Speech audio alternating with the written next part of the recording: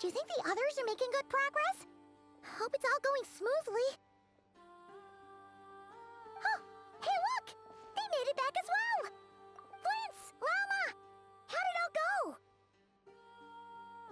go? All is well, thank you. Nefer and Yehuda had to stay at the curatorium to wrap things up, so they won't be joining us for now. I ran into Miss Anefa and Miss Aino on the way back. Their work is still in progress, so I suspect they won't be back for a while either.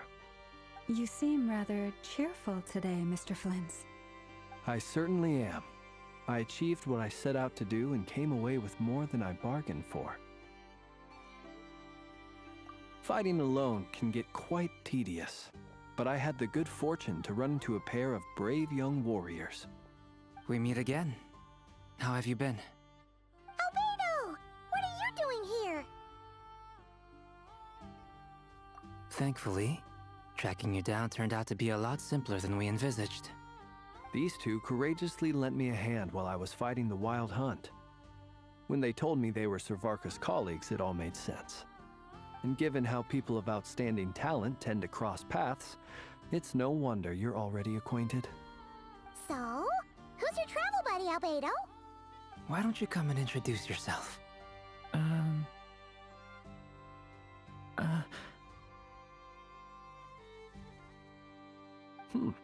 A gentleman of few words, I see, and a rather stern countenance. I presumed you were acquainted with him. Is that not the case? It's nice to meet you. Again. We've technically met before. Wait a sec! You're Minnie Durin! That's right. It's me. I'm glad to see you again. By the way, he says it's okay if you drop the mini. Yeah, I'm not as mini as I used to be. Interesting, isn't it? The first step towards blending into human society appears to be reflecting on whether one's name really reflects who they are. Wow! You look so different! In a good way, of course. It's great to see you looking so healthy. Thank you, Paimon. And although you're as mini as ever, I understand that diminutives don't always convey endearment. I'll be sure to simply call you Paimon as a sign of my great respect for you. Wow! You're such a smooth talker now. Paimon could get used to this. From now on, you may refer to her as your esteemed guide, Paimon.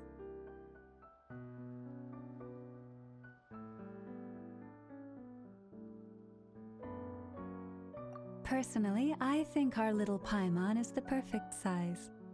When people call her Little Paimon, it's just because she's so adorable that they can't help themselves. If that's not a sign of endearment, what is? You're absolutely right, Miss Lauma. My brother still has a long road ahead of him when it comes to understanding human relationships. Anyway, speaking of long journeys, didn't Columbina, leave with you? How come she isn't back yet? She's been catching up with old friends. Wouldn't be surprised if she stopped for a cup of tea or 10 on the way back. Uh-oh. People are talking about me. Hope it's nothing negative.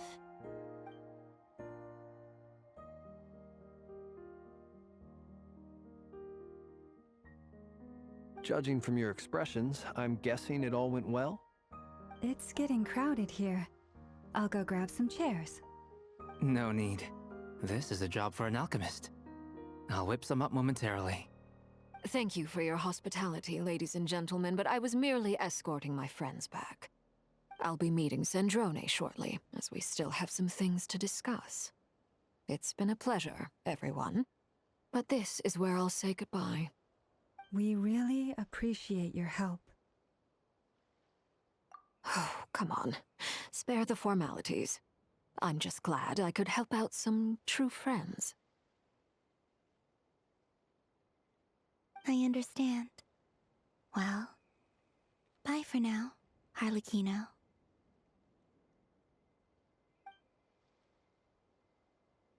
Oh, this place is hopping. It's probably a good thing one of us left.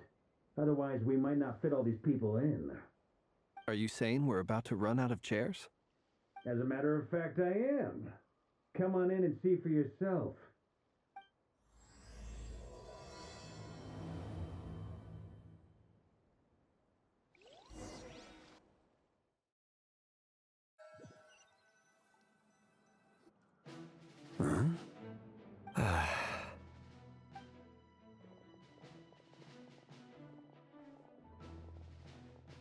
I overheard your little chit-chat outside, by the way. With Miss Columbina's colleague gone, we should be back to the original crew plus the other colleagues I brought in. Though, it looks like we have another new face. Someone else managed to rope in a colleague too? Frankly, you and Paimon are the only people I know here. This here is Deansliff, colleague of Tibet's greatest guide, Paimon, and greatest adventurer, the Traveler. Well, not exactly colleagues, more sort of friends.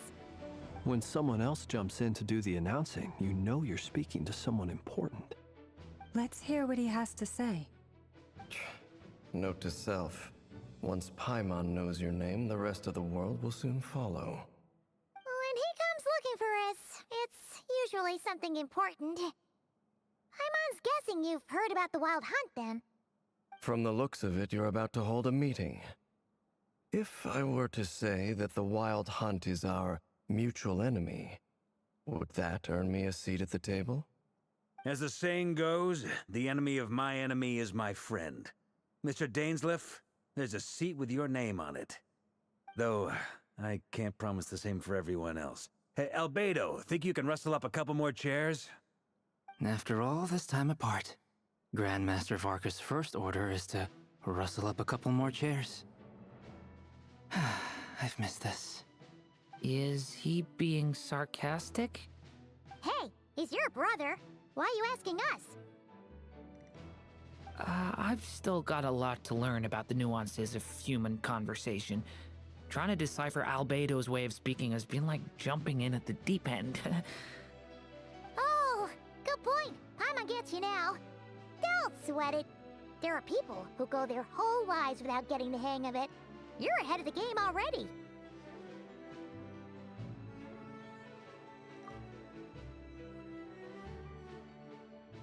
I wonder what's taking Nefer so long. Perhaps you should go and check in with her. If anyone can hurry her along, it's you. I just got back from the curatorium. Besides, aren't you curious to see what's taking her so long? Miss Nefer doesn't strike me as the type to share secrets. And since gathering intel is her specialty, I'm guessing she'd prefer to keep her methods confidential. Under such circumstances, would it not be tactless for me to impose? Oh, but it's fine for me to impose. What can I say? You have an unrivaled ability to garner people's affection, Miss Moonchanter. Besides, you have far more in common with her than I do. All right then. Impressive. She barely fought back at all. I admire your powers of persuasion, my friend. As I'm sure Miss Lauma will realize soon enough, the trick in life is to always pitch in with other people's responsibilities so that you can be selective with your own. Another trick is to simply hide in the background. Spoken like a true sage. Anyway, looks like we've got some time to kill before the meeting. Let's take a little breather, folks. And feel free to chat amongst yourselves. We'll get down to business once the other two arrive.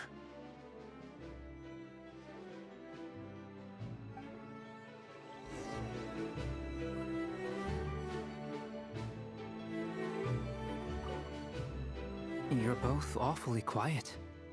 Why don't I start us off with an icebreaker? Much obliged. Have either of you ever had your portrait painted? If not, I'd be glad to help. That sounds like a lovely idea. You know how to paint, then? I dabble occasionally. He's an excellent painter. Tables, chairs, people, dragons, you name it. He'll paint it for you. I'm flattered. If I ever get the chance, I'd like to give it a try myself. I'll bear that in mind. Anyway, how about you, Durin? What sort of portrait would you prefer? Oh, I'd be fine with anything. Whatever style feels best to you. Very well. Then I'll play it by ear. You can replicate any style I want? I can try. If you show me a sample, I'll do my best to match it. Thank you. In that case, I'll dig up some reference material for you.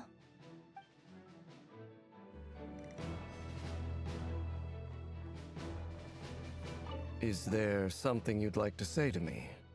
Yeah! For starters, why'd you just show up here without even giving us a heads up? If you think back to our previous interactions, you may recall that that's hardly out of character for me. You do have a point there. Oh yeah! You'll need to find somewhere to stay the night too, right? Want to tag along with us? You never know. We might get a group discount. Sure, let's do that. Great! Paimon will handle it!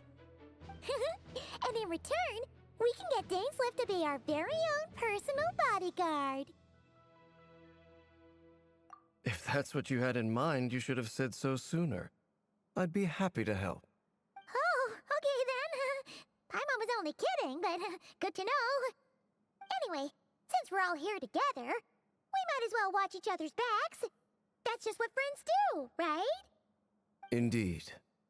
Thank you.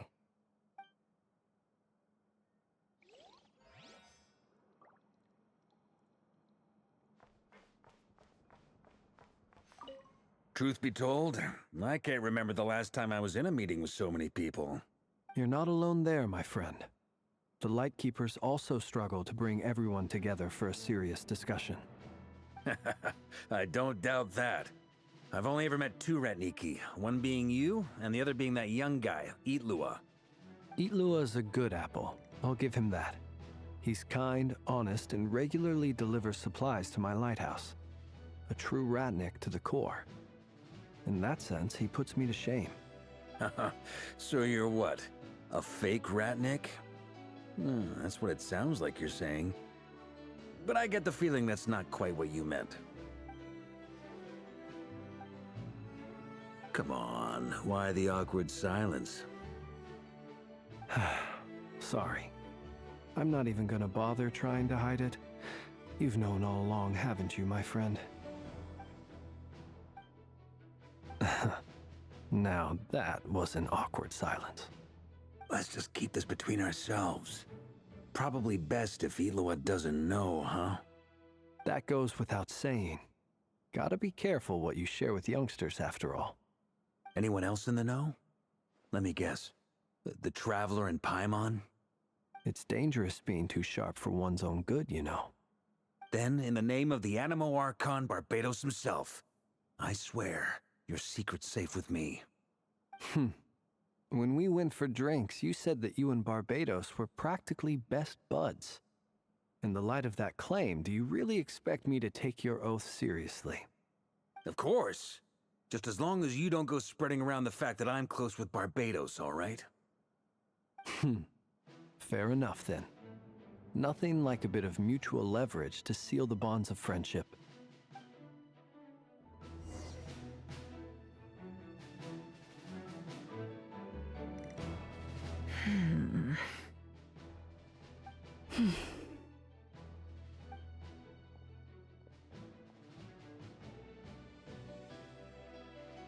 Ah, Miss Nefer.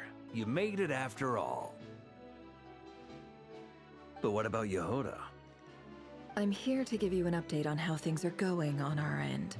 Once this is over, I'll be heading straight back to continue my work. I left Yehoda back at the Curatorium to watch over things while I'm gone. Huh. So much for just this once. Shh! Not so loud! We're on a roll here. What if she remembers and suddenly decides to back out? Did you say something, Mr. Varka? Huh? I didn't say anything. Right, Flints? Must have been a frog. They get so noisy around here at nighttime. It's like they're putting on a concert in the background. Anyway, before we begin, there's a few introductions to make. Let me start by saying that it's an honor to be speaking before so many distinguished colleagues and collaborators. First up, we have Miss Lauma. As Moon Chanter, she's the leader of the Frost Moon Scions, a local religious community in Nodcry. Then there's Miss Nefer, boss of the Curatorium of Secrets, an intel gatherer extraordinaire. Nefer is leading the investigation into Rerer's background, assisted by Yehoda and Lauma. From the little I've heard, they're making some great progress. Over here, we have Mr. Flintz, a ratnik and guardian of the abandoned lighthouse.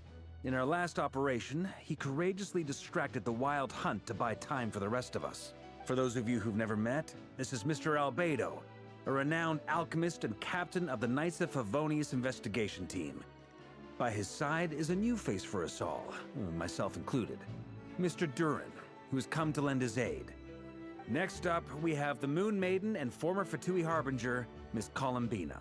Then we have the Traveler, who's earned more titles than I could possibly hope to list out, so I'll spare you the rundown. And Paimon, the ultimate travel companion and quite possibly the best guide in all of Tevat. Wow!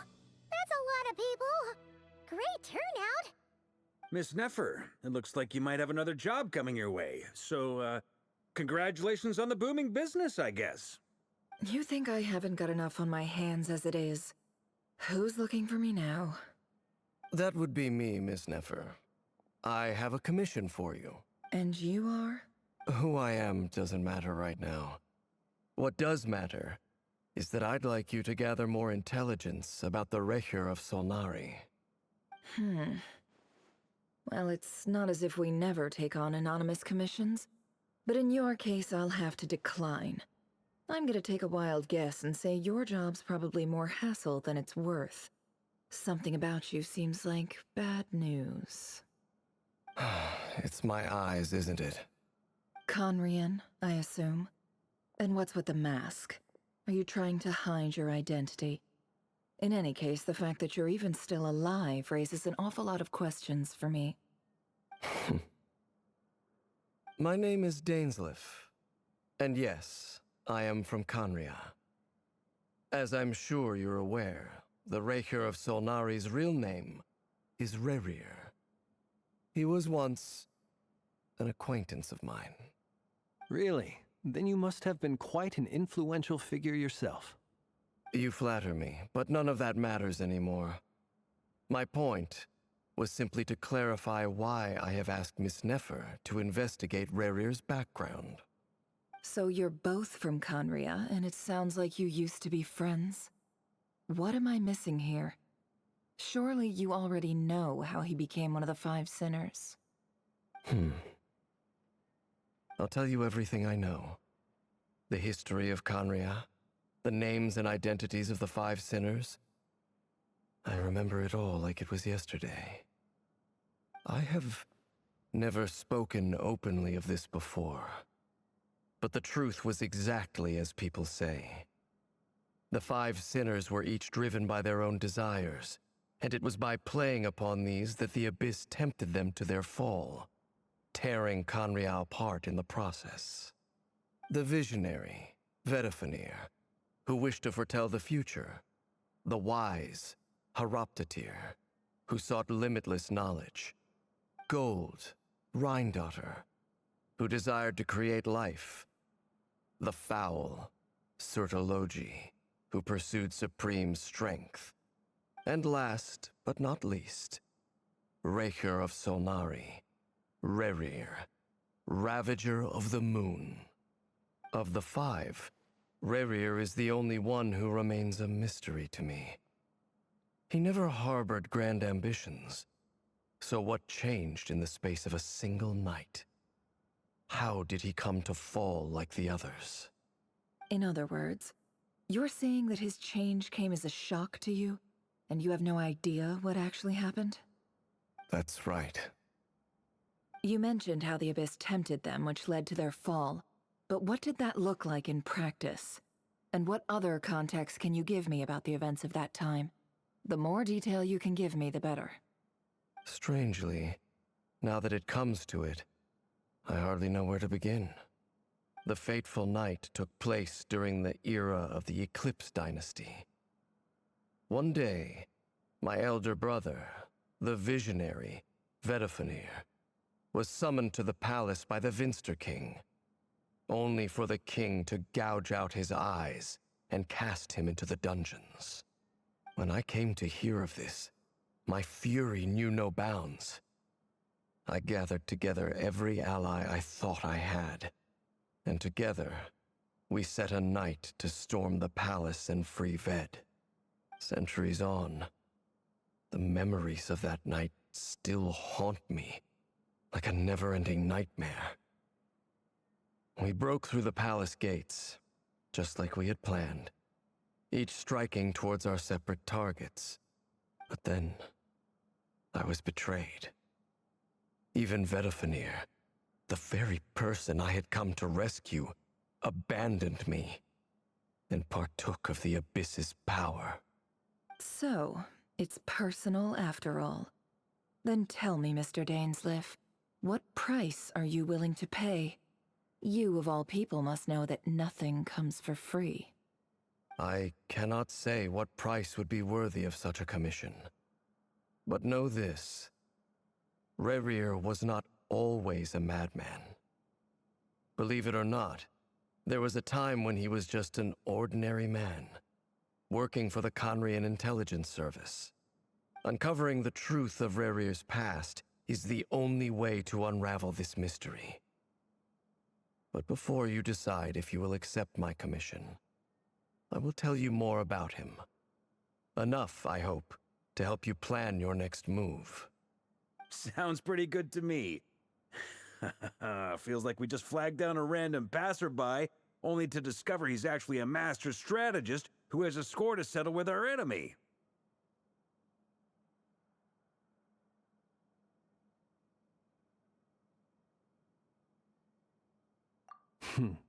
Can I borrow your halo?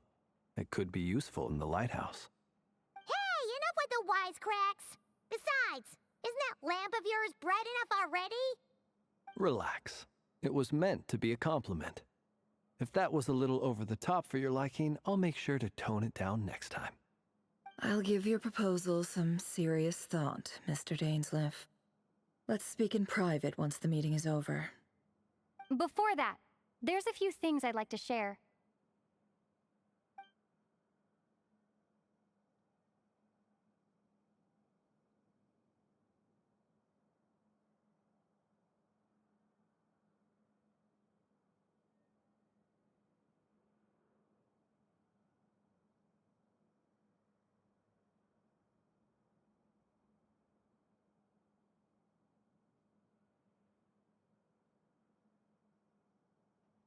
Now that we've united the hearts of the three moons, your power should be greatly enhanced. But it seems like that hasn't happened yet. I believe it will take a little longer. You've done so much for me, so I want to be completely honest with you all. Even though I'm doing a lot better now, the truth is, my recovery will likely be an ongoing process. From the moment I was born, my power has been slowly ebbing away. And that is because Tevat has never accepted me. Even with the moons united as one, it seems my rejection cannot be undone. So far, I have yet to find a solution. It may turn out to be a problem that will plague me until the day I finally leave this place behind.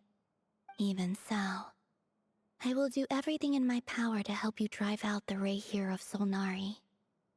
As Arlecchino put it, this is not about chasing the spoils of victory. It's just a gesture of heartfelt gratitude.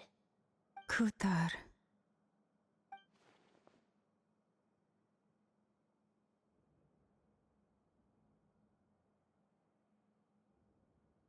Defeating the Rayhir of Solnari will be no easy task. While my strength slowly recovers, we'll also need to gather more intel.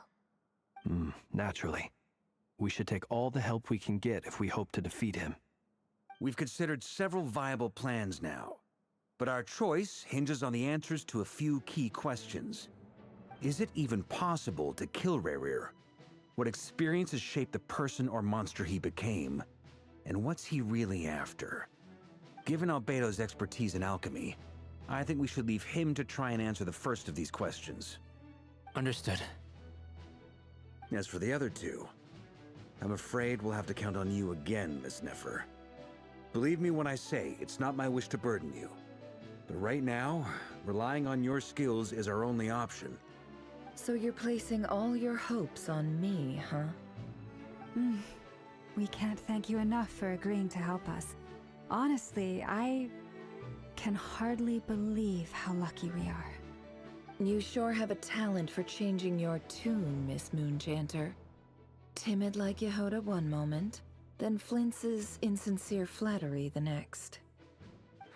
Ladies, please. I must object to your portrayal of me. That's all. Feel free to keep bickering. Just pretend I'm not here. I almost don't want to leave this room. I'm curious to see how this plays out. I have faith in you, Miss Nefer. Something tells me you'll stand by us until the very end. Oh? And what makes you so sure of that? What if I suddenly decide that my compensation is insufficient? This isn't about the money. I can sense that you've got a deep-seated distaste for Rerir. And knowing you, that alone is motive enough. Look at them getting along so well. Like two peas in a pod. And I'm the one they accuse of insincere flattery. There is no justice. Miss Lauma, you have to understand something. Unlike you, I don't actually enjoy having everyone's hopes on my shoulders. Is that right? Well, maybe the fact that I'm willing to put my hopes in other people says more about me than you. But the fact is, I also trust you. And that's because I know that you're someone we can count on. Anyway, we've got our plan, so let's get moving. Mr. Dainsliff, let's talk. And Traveler, once we're finished, if you've nothing else planned, I'd like you to come with me. This whole experience is teaching me a lot. For instance, I now know that when other issues come up in the future, I'll have far more luck getting Lauma to convince Miss Nefer than trying to do it myself. Hate to say it, friend, but that's one of the funniest things I've heard in a while. Why? You think I've got it wrong? Quite the opposite. But what makes it so hilarious is how long it's taken you to realize.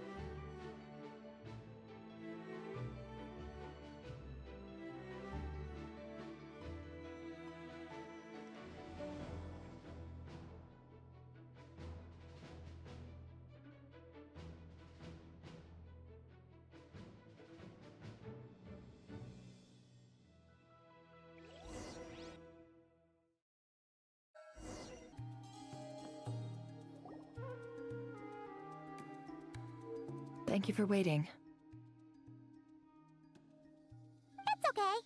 We actually used the time to help Dainsliff get a room at the hotel. That's very considerate of you.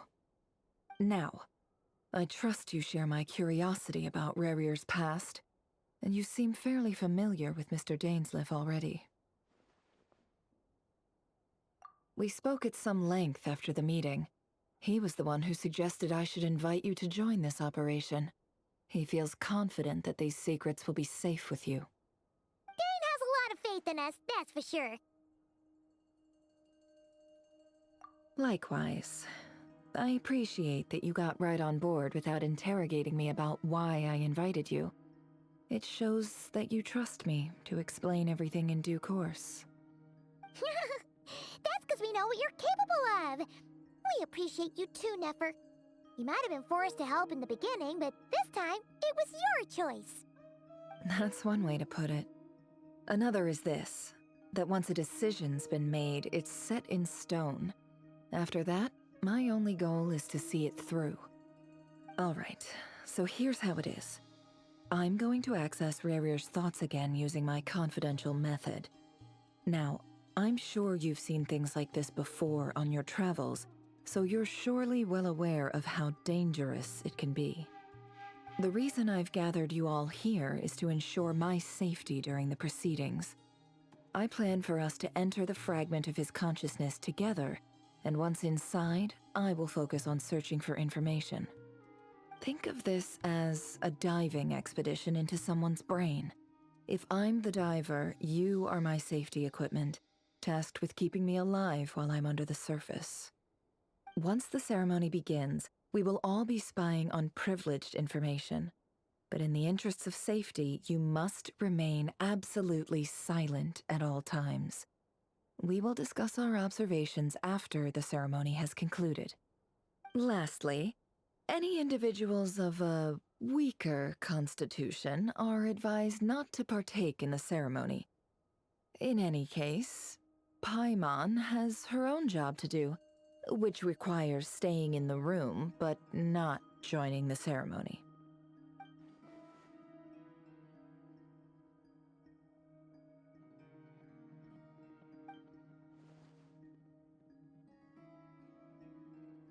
Well, good luck, everyone. Sounds like all Paimon can do is cross her fingers and root for you guys. There's a little more to it than that. I was being serious when I said you have a job to do. While the rest of us are inside Rarier's mind, it's imperative that we have a team member on the outside. In the event that something goes wrong, you will be our first responder. I don't anticipate any issues, but the extra level of safety will be greatly appreciated. I second that. This is a dangerous operation here, and you're our whole rescue team. That's pretty much the most important job in the crew. So, Paimon's like the lifeguard? Yeah, that makes sense. All right, got it. Good. Please, take a seat. We'll get started momentarily.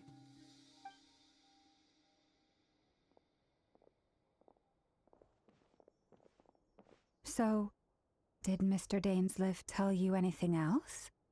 He told me that he believes Rarier kept some big secrets in his life. He's not sure that they were the cause of his eventual downfall, but he's asked me to uncover what those secrets were all the same.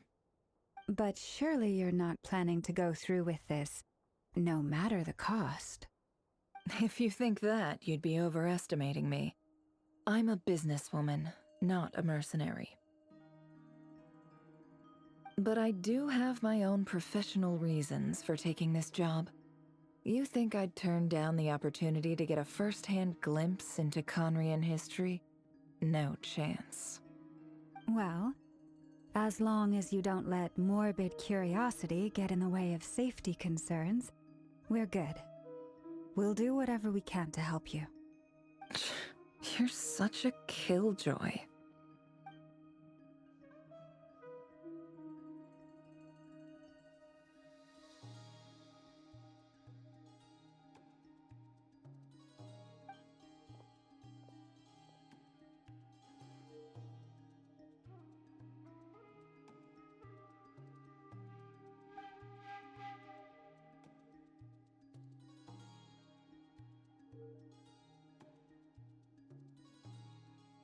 All right, I'm good to go. all set over here too. Promise, Paimon, you'll be extra careful. All right. Let your whole body relax. We're about to begin. Close your eyes.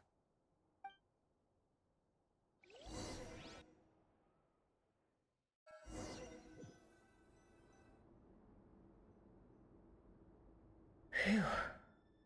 Could this be his office? Pretty standard setup. Bookshelves, paperwork, files. According to Dainsliff, Rarier used to be an intelligence operative. Chances are there's plenty of top-secret intel stashed away in this room. Is this where you keep your secrets, Rarier? Can't say I'm not looking forward to this.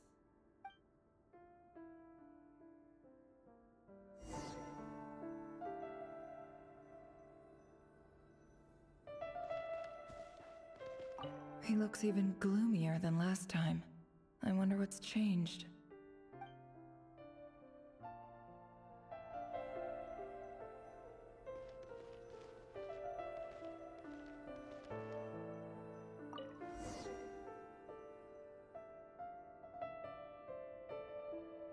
Today's files are in. Time to wade through them just like usual.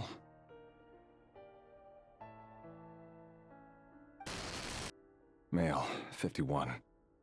Occupation, cook. Confirmed Crimson Moon descendant. Has maintained frequent contact with other descendants over the past year. Poses a threat to the dynasty. Neutralized.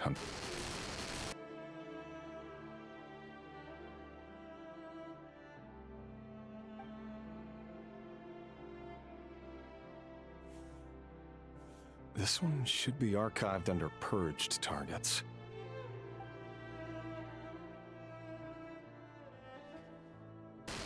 Female, 23. Occupation, office clerk. Confirmed Crimson Moon descendant. Has maintained frequent contact with other descendants over the past year. Poses a threat to the dynasty. Neutralized.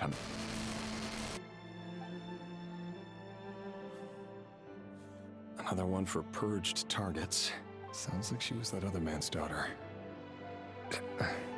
Never mind. What's it got to do with me?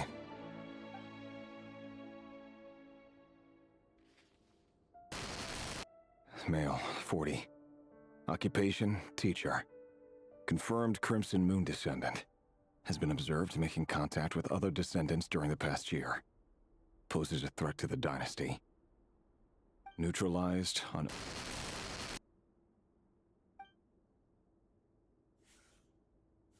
Just another nobody for the archive.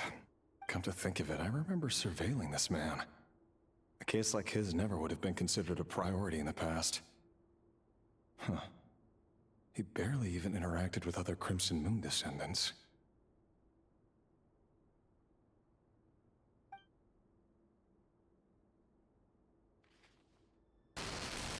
Female, 16. Occupation, none. Orphan and confirmed Crimson Moon descendant. Has been observed making contact with other descendants during the past year. Poses a threat to the dynasty. Neutralized on...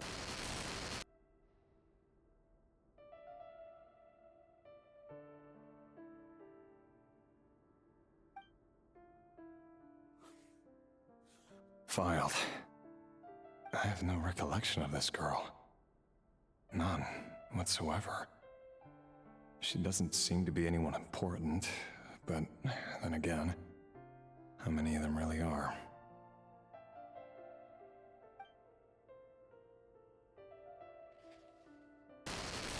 Female, 13. Occupation, none. Orphan and confirmed Crimson Moon descendant.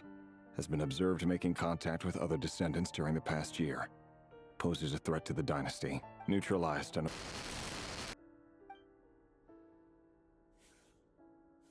Filed.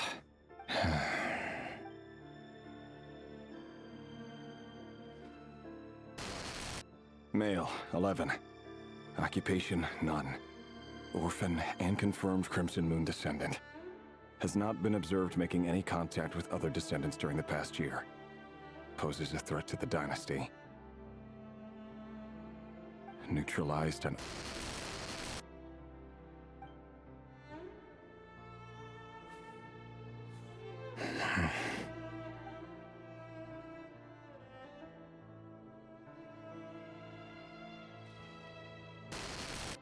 Male. 6. Occupation, none. Orphan and confirmed Crimson Moon descendant. Poses a threat to the dynasty.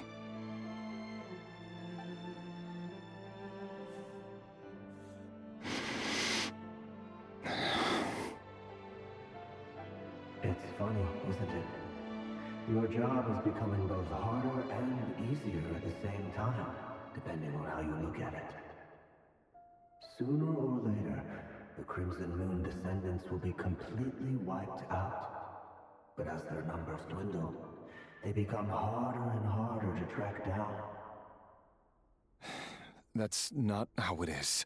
Fortunately, however, most of the able-bodied adults have already been taken care of. The remaining weaklings will be increasingly easy to deal with. No! No. My job is to ensure the survival of the Eclipse Dynasty. And the only way to do that is by eliminating any and all potential threats. It's a perfectly legitimate line of work. Every single one of my colleagues can attest to my fairness. And if my friends were aware of the facts, I know they'd back me up too. Assuming, of course, that they were aware of all the facts.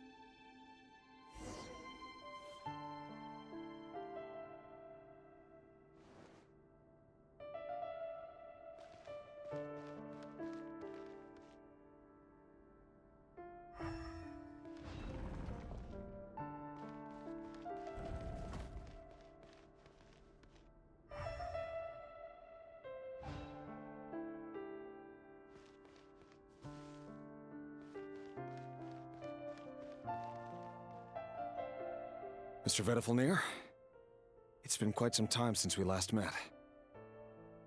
Rerir, I trust you're here because you have something important to discuss.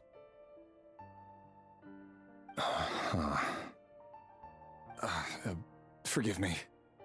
I wasn't tuning out, it's just, I noticed you didn't even phrase that as a question. As if you knew I was coming. Tell me. Does someone in your position ever feel the need to ask questions at all? It is indeed within my power to foresee certain things. Things like your arrival. I was just thinking. It won't be long before I'll be inviting both you and Dane to my wedding. That isn't a lie, but nor is it a fact as such. It's a wish, isn't it? No fooling a prophet, is there? Ever since that day we met for drinks, I knew it was only a matter of time before you came looking for me. Does it feel good? Knowing how the future will unfold. I'm afraid the notions of good and bad fail to capture the complexity of what such a power entails. Once you've seen what will come to pass, it can be all too easy to succumb to fear and melancholy. Unless, of course, you learn to abandon these feelings.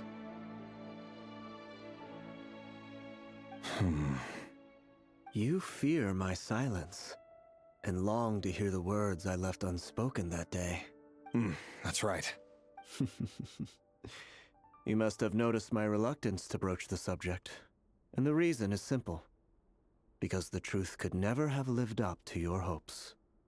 For both our sakes, such words are better left unsaid. The burden of prophecy was never meant for your shoulders. So who exactly do you deem worthy to hear your prophecies? None but our exalted king? Or rather, our king as he once was. You're closer to his majesty than I am. You must know better than anyone how much he's changed. You say that as though it is to my benefit. Yet precisely because of that, I dare not speak rashly. A king can turn out to be the most virtuous of rulers, or a tyrant more terrible than the most vicious of dragons. You are so wise and far-sighted, yet still you would have me live in fear of the unknown? You make a fair point. Especially given my silence alone was all it took to send you spiraling downwards. Very well then. Let me offer you some advice. And I say this not as a prophet or a visionary, but simply as the brother of your friend. For many reasons, there is very little chance of your marriage ending in happiness. If happiness is what you seek, you should find another fiancé.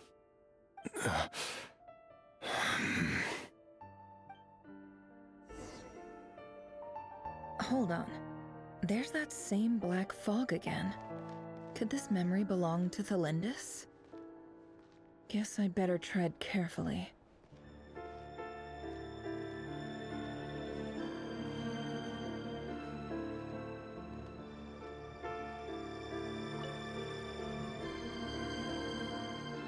Wait. Hear me out. This time we finally got a clear look at his face and learned his true identity. His name is Rayrir, and he claims to be one of the king's guards. What did you say? A cruel irony, isn't it? The man you're set to marry leads a double life as a brutal executioner. Why are you telling me all of this now? Simple. It's because I want you to kill him. You are the only person he would never suspect. No, absolutely not. I would never dream of doing such a despicable thing. So you'll just stand by and watch him slaughter us to the last? Do not forget that the blood of the Crimson Moon flows in your veins too. The blood of the Crimson Moon? What does that matter now? The dynasty has long been dead and gone. You think that alone is reason enough for me to throw away everything I have? Why wouldn't it be? You two were once a child of the Crimson Moon, just like me. Don't tell me you've never felt so much as a flicker of fury for the way we were trampled into the dust. As long as you promise to abandon this pipe dream of restoring your dynasty, I can try to persuade him. Or have him persuade the Vinster King. Persuade the Vinster King? Do you even know why he's so obsessed with hunting us down? Why he keeps trying to force us to hand over our secrets? Over and over again? Or why we refuse to give up on restoring the dynasty? The Vinster King. A blind fool. His eyes clouded by powers from beyond this world. A petty little man with a miser's heart. And he dares to sit upon the throne? Mark my words. Sooner or later, Conria will fall. And it will be his doing. If you can't bring yourself to do it, so be it. Just you watch. It won't be long before calamity descends upon us all. The Rayrir of Solnari. That really is quite a secret you've been keeping from me, Rayrir. But who am I to talk? Am I really any better? I've kept my own past a secret this whole time too. Love should be built on honesty. But ours was born from lies. And yet, is it really so wrong to hide things that would only make life harder? If we don't cover up the parts that no one else should see, how can we go on pretending to be normal? Vedifulnir must have known all this. And that's why he made his prophecy. In the end, nothing stays hidden forever. But I won't just sit by and watch this disaster unfold. I'll do everything in my power to protect what I cannot afford to lose, no matter who I have to face.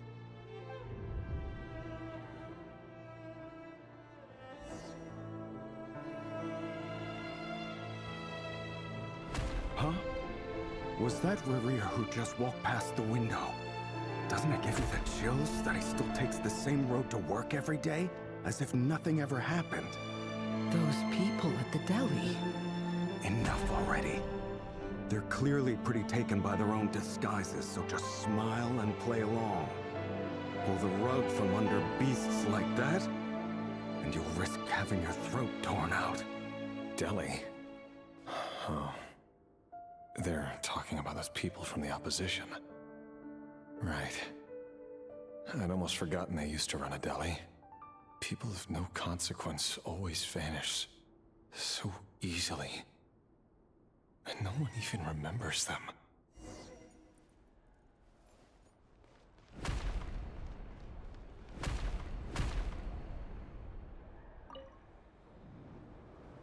But surely you can see he's not the man he pretends to be. So many have died already, and they say that the king's madness grows with each passing day. We're not going to survive this, are we? But why does it have to be this way? Do we really deserve to die just because of the blood that runs through our veins? Felindis, are you even listening? Sorry, Freether. My mind was off wandering. I heard you, though.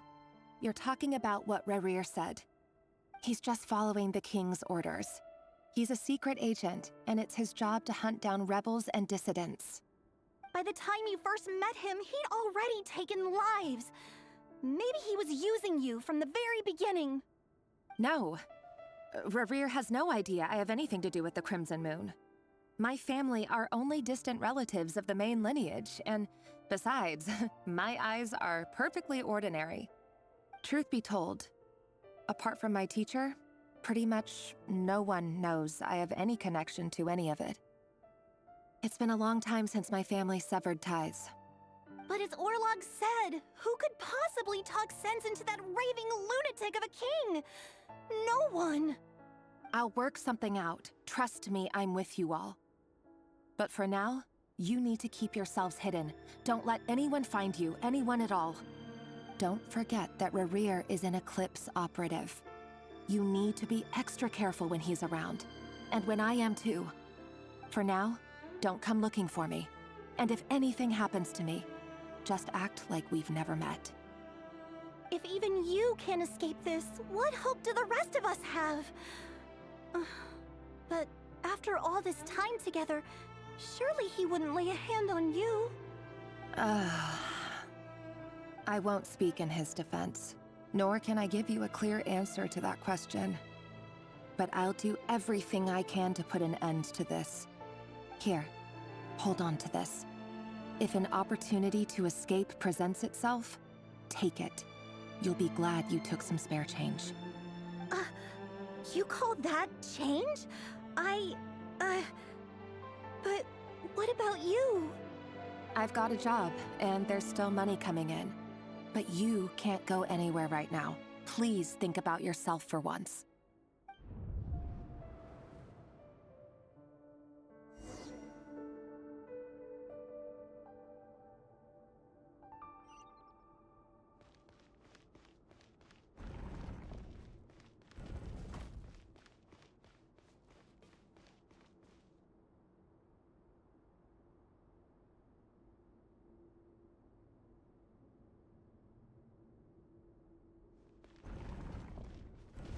Another day, another round of assassination training. The training ground is just beyond this hidden passageway. When you kill a person, doesn't it bother you when you end up covered in their blood? Why would it? Aren't we all just walking blood bags? But not everyone is accustomed to hunting down others like prey. You've been a hunter for so long now, you seem to have forgotten that most people don't just go around killing one another. Leave me alone.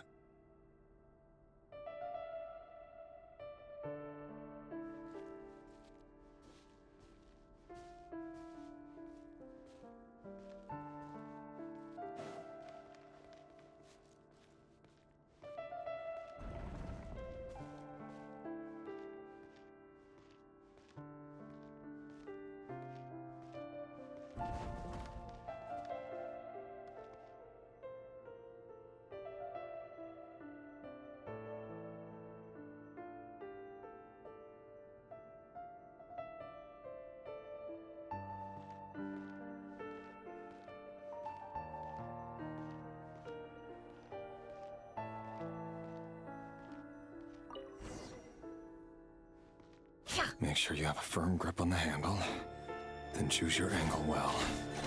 Keep your movements light and brisk, and the prey won't sense a thing. I doubt that. I'll bet no one's ever died a quiet death at your hands. I work clean. No traces.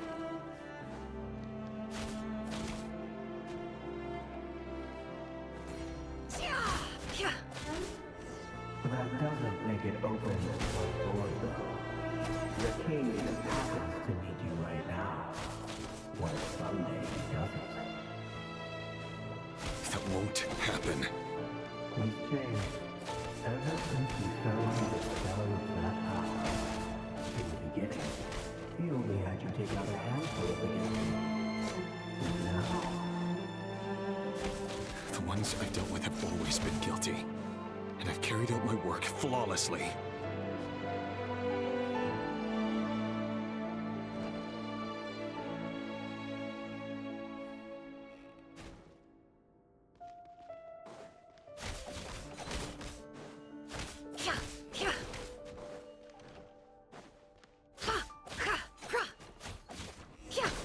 You know why Felindus didn't accept your proposal, don't you? Was it because he didn't trust you? Or something else? Enough!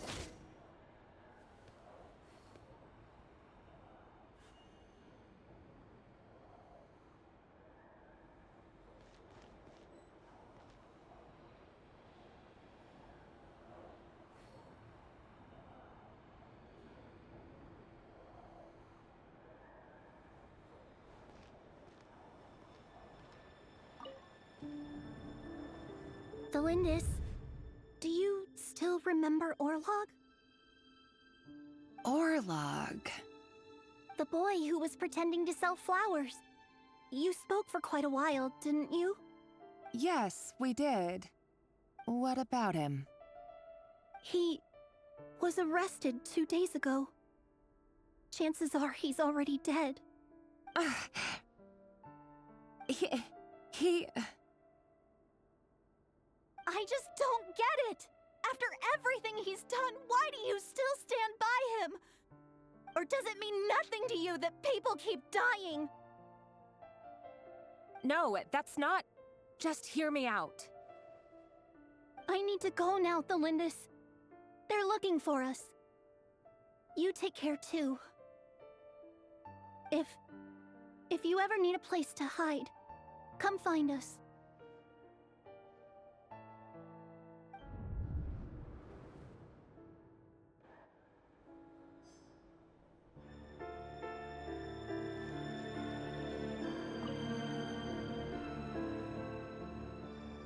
Author, Felindus. Over the course of this week, the research object was subjected to interference for a total of 47 hours for experimental purposes. The results are as follows. All subjects of observation that were sent inside have now... The situation within is proving more problematic than anticipated. No progress whatsoever. What now? Won't you give me even a glimmer of hope? Things are getting worse by the day. I have to find a way or we'll all be in danger.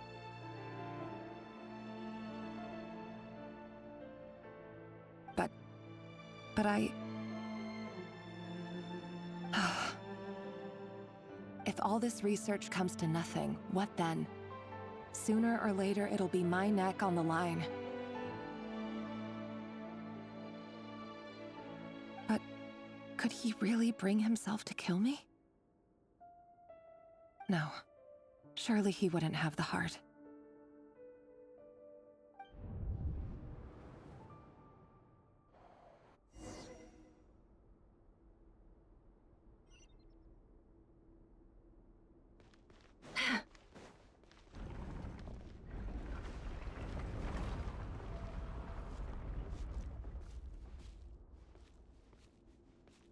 Why won't you just let us go?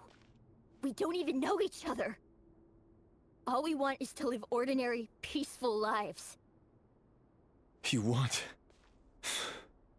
to live?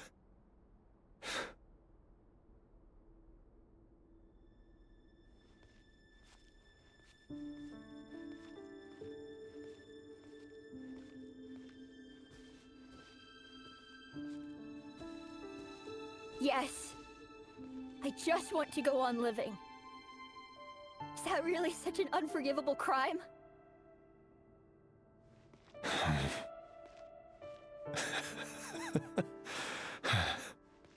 You want to go on living. I want to keep living too. To keep living forever.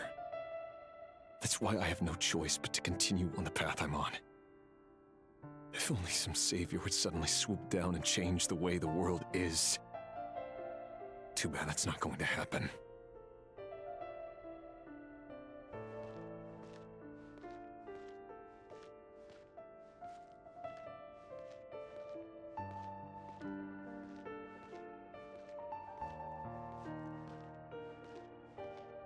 Imagine that. If there really were such a person, you and I wouldn't be standing here like this, would we?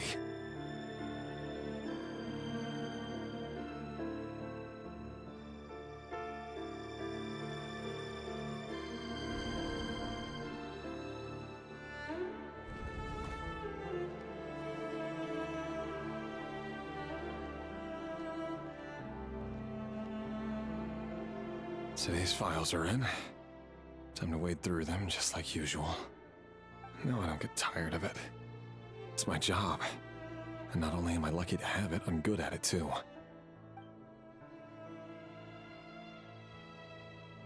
Huh. Wait. That's...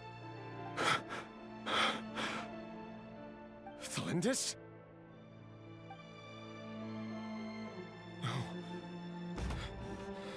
No. No! Why? But you bear no mark of the Crimson Moon. How could you possibly have anything to do with them? It cannot be! A diluted bloodline. Carefully concealed. I see it now. You've been living in the shadows just like me. What a fool I've been. Numbing myself with talk of justice. Even imagining my friends would back me up. But in the end, Irminsul. Finster King! How far are you going to take this? From the direct bloodline to secondary offshoots? And then what? Today it's the descendants of the Crimson Moon. Who will it be tomorrow? Will you not rest until everyone down here is dead? No. This cannot go on. This is where it ends.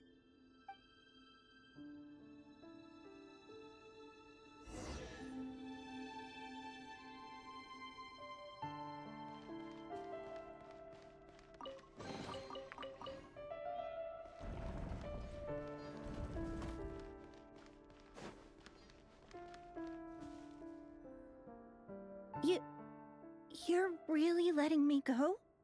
I am. As long as you can guarantee that no one will find you. Don't worry, I'll be extra careful. No one will know I was here. But what about you? Me? If you let me go, you won't be able to complete your mission, will you?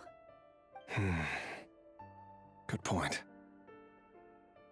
In that case, maybe you should stay. No, please! I just want to see the outside world again. Go on living? Yes. I know you're a man of your word. So please, just let me go. If I let you leave, what will become of me? Just kidding. Go, now. But remember, don't let anyone know you were caught. We'll be seeing each other again very soon if you do.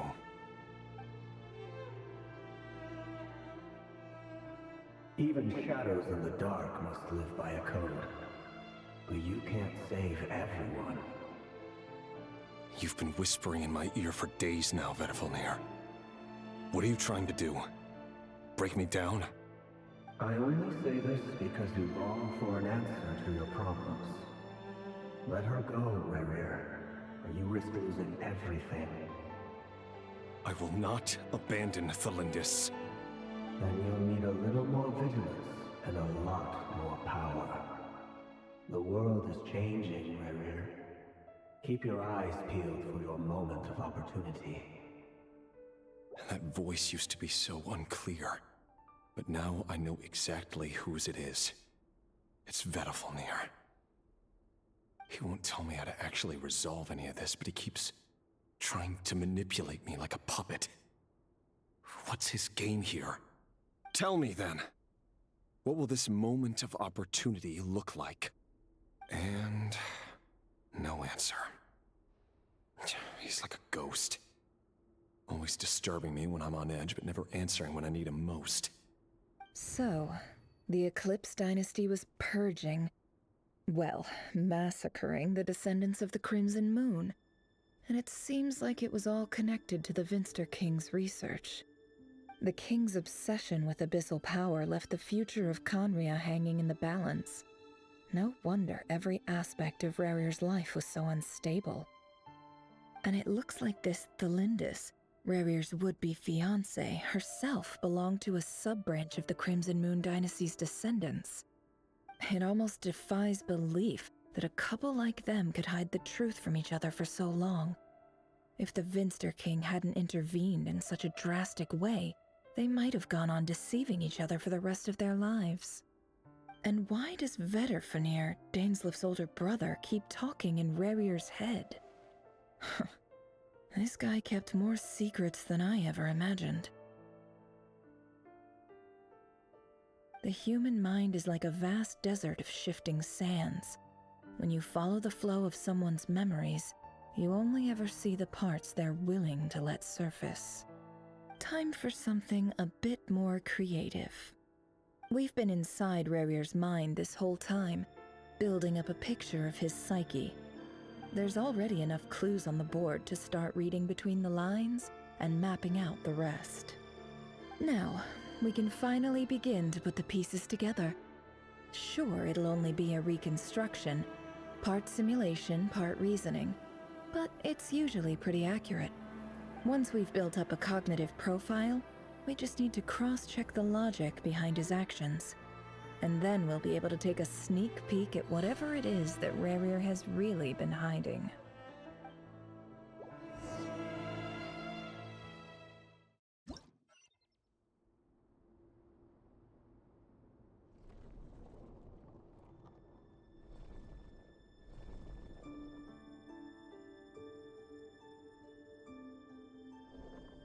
Rerir, are you there? Hey, Rerir! Come out, it's urgent! Dane? What's wrong? Quick, come with me. I'll explain everything once we've met up with the others. Okay, I'll come. But the Lindis is still over at the Universitas. I'll need to leave her a note. All right then, but make it quick. I've never seen Dane so worked up before. Whatever this is, it must be big trouble.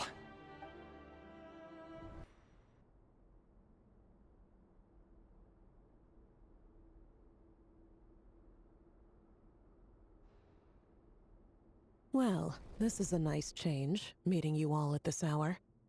When men and women of ambition can speak face to face in broad daylight, I say that's a big step forward for our dear Conria. Don't be ridiculous. We do not fear the day. Why would we seek refuge in the night? You might ask your blade that same question. I'm told it prefers the cover of darkness. The word on the street is that Sir Elegy only strikes when he has an unfair advantage. But that is patently false.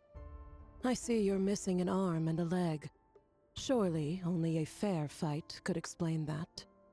If this is your way of offering me replacement limbs, believe me, I'll take them.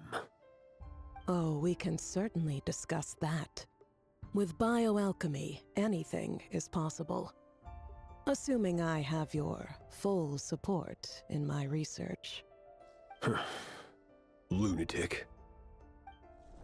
Roptatir, what brings you here? Why, Dainsleif, of course.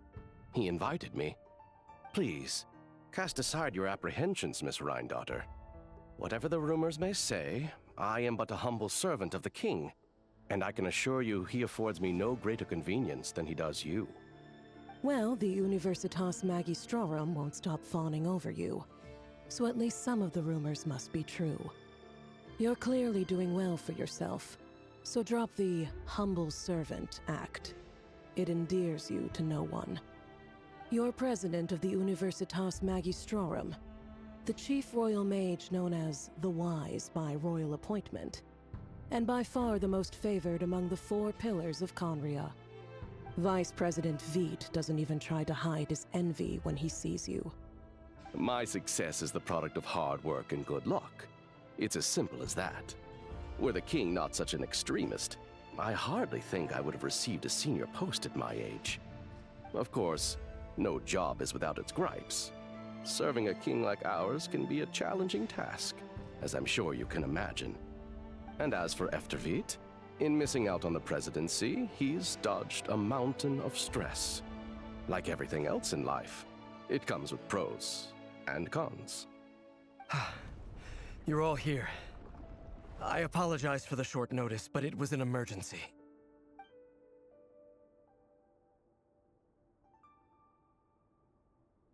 You must be Rerir. Mr. Sertologi. Yes, I handled your case file during your sentencing. Nothing personal, of course. I'm pleasantly surprised that you remember me. You're clearly a person of substance if you've been invited here. But Dainsleif, you'd better have a very good reason for convening this little gathering. It's my brother, Vedalfenir. After he spoke at the court this morning, the king was so infuriated by his words that he had him blinded in both eyes and thrown in prison. Vedalfenir in prison? Strange. I thought the king trusted him and Horoptatyr more than anyone else in the world. Does this mean the king's circle of trust just got even smaller? It has nothing to do with trust. It's about what the king wants, which is as clear as day to anyone paying attention. I simply appease him, because it's in the best interests of the Universitas Magistrorum. And also because you're slimy. Vedalfenir, perhaps less so. But still, a visionless visionary? It rather inclines me to think that qualifications are not what get you ahead in Conria. Do you honestly think this is an important discussion to be having right now? Dane, what are you planning to do? Rescue Vedalfenir, I assume. Correct. It will mean storming the palace by force. Tonight. I need all of you on my side. That's far too dangerous. And don't forget, Dainsleif, you're captain of the Royal Guard. You swore an oath to the throne. You've been planning this for a while, haven't you? I have no desire to commit treason. But whatever critique the king may have of Vedalfenir, disfiguring your most loyal subject for putting the best interests of his court and nation first, this is not the conduct of a wise ruler. My blade will force the king to see the error of his ways. So, Vedalfenir's prophecy enraged the king. I'm sure it wasn't what he wanted to hear, but if he won't take counsel even from the visionary, that is deeply troubling news. The extent of His Majesty's madness is now all too clear. The question is, how does a man like me get out of this situation unscathed? You have noble ambitions, Dane, but I'm afraid they don't do much for a guy like me. I'm not interested in saving the world. All I want is a letter of pardon. A letter of pardon? For whom? Thelindis?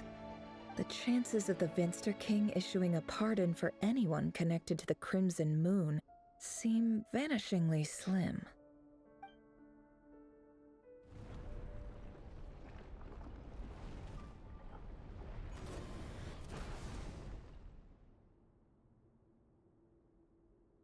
This black fog over the board must have some connection to Thelindis. But why is it taking this form? Does it have something to do with Rerir's past? Another mystery I'll need to unravel. Author Thelindis. Over the course of this week, the research object was subjected to interference for a total of 60 hours for experimental purposes. The results are as follows. Research dating back to the Crimson Moon Dynasty has established 2 points regarding moon marrow. Firstly, its origins have something to do with a god's power. Secondly, it serves as a portal to an as-yet indeterminate location. Moon marrow can thus be defined as a spatial gateway. However, there are a number of hurdles to overcome before we can answer the question of where it leads to.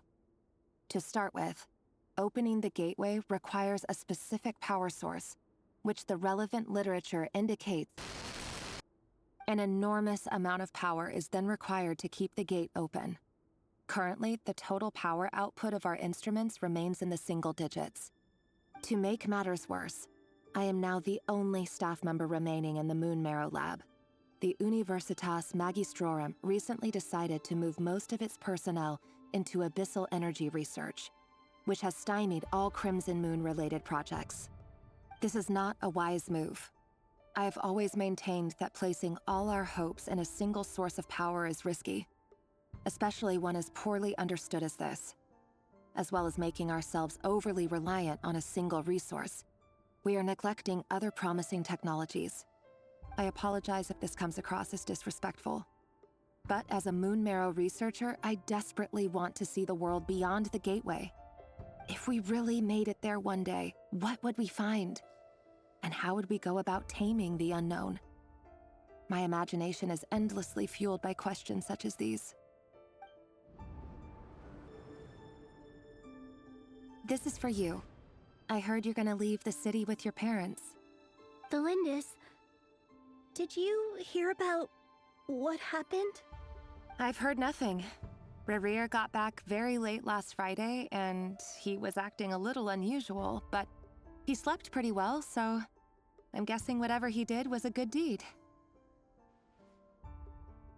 You never saw him, and I don't know what he did. And this conversation never happened. You understand? What if he finds out that you pried into his secrets? Don't be silly. I don't know what secrets he does or doesn't have.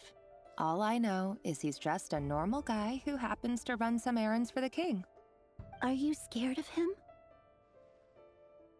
I don't know. The Rerir I know doesn't match the person you all describe. Logically, I should be scared of him.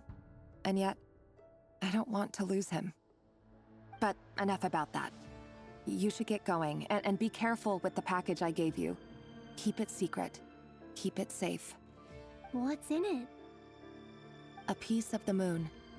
All you need to know is that as long as you keep it safe, then in the future, everyone will be able to see a red moon. A red moon? You mean our moon? That's right. Our moon.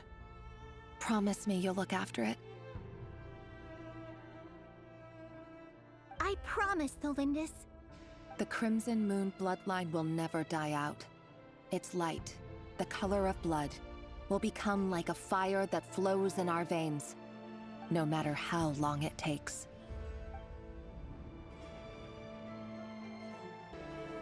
Hurry, everyone, and stick to the plan. Sir Dainsleif, what are you? Is this treason? You know what happens to those who betray the throne. Please, don't do this! It is the king himself who has betrayed the throne. He has betrayed all of Conria. If you have any love left for justice in your heart, you should join me. It's showtime. Dane and his group will handle the troops in the palace. Then Hraptatir and Rhindaughter will disarm the security measures. My job is to enter the prison and rescue Vedifalnir. Stay safe. Wish me luck. Look after my brother. Draw your blade. It is time for justice to prevail.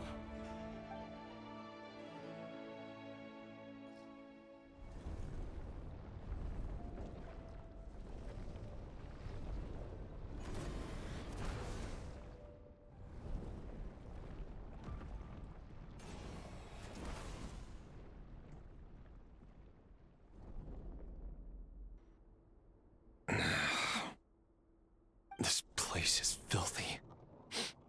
And the smell is abominable. Clearly, the king doesn't allow his prisoners a single shred of dignity. This is dire. Found you. Hello, Mr. Vedafulnir. Ah, it's you. Surprised? Oh, wait. I guess surprise isn't an emotion that prophets feel very often. I certainly felt some surprise in the moment when I was blinded. Surprise at the king's sheer ignorance. Surprise at just how unfairly this world responds to words of earnest remonstration. I'm curious. What did you prophesize this time? It wasn't a prophecy. It was a word of warning. Someone had to say it. The king has forsaken all reason in pursuit of his obsessions. I simply told him that if he continues on this path, Khaenri'ah will surely fall. But he didn't listen. Worse still, he stabbed you in both eyes and locked you away. Dane asked for my help. The court is in complete chaos now, but I'm sure you predicted that. Everything is transpiring as I foresaw, yet I am powerless to change it. Fate is an immutable force. I can but lament as the inevitable unfolds. I do wonder whether giving a man the power to see the future does nothing more for him than slowly crush his spirit. Forgive my curtness, Vedafulnir, but the king did not suddenly turn on you today. His suspicions have been brewing for a long time.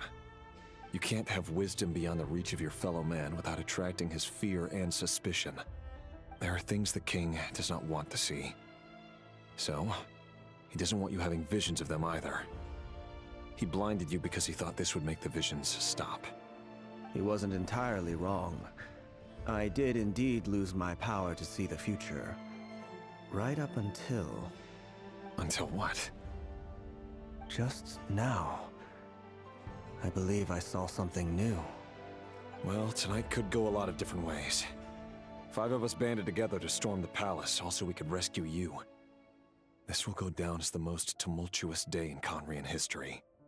I sense hatred in you. But also hope. A desperate hope that with the tyrant deposed, that will be the end of the story. But this is not the end. It is the beginning of a new chapter, in a whole new story. There are many men of honor and courage in this world, Rerir.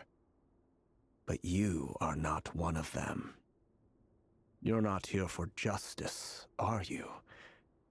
You're here for yourself. Is that a dagger? Interesting. Why not the polearm? It was always your weapon of choice. With your abilities, I don't doubt that you were able to recover some of your sight. But I also doubt that you want to make an enemy of me right now. Of course not. We're on the same side, aren't we? We could be. But I need you to be honest with me, Vedafulnir. At this point, you're my only hope for the future. You mean your future? With your beloved, Felindis? Yes. And I know there are bigger things at stake here. A dynasty, a nation, maybe the entire world. But forgive me, I care first and foremost about myself. I can't abandon the one I love to save myself. I just can't do it. But you see a broader picture of the future than I. You see the solutions to the biggest problems of our age. So tell me, what is my solution? What's the answer? In matters of fate, answers are either right or wrong. What will be and what will not.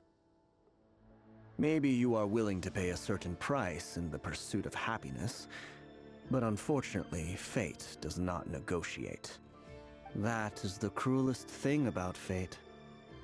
It is unmoved by your sacrifices. That can't be true. I know it's your voice that I keep hearing in my head, urging me to see how the world is changing, to seek more power, so I can protect the things I love. You show me disaster, but you won't show me how to avoid it? Why? Why are you doing all this? My voice. in your head.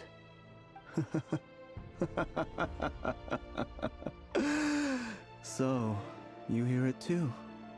The voice that steals your mind, gains your trust, and drives you crazy. It turns out that we are not so different, you and I.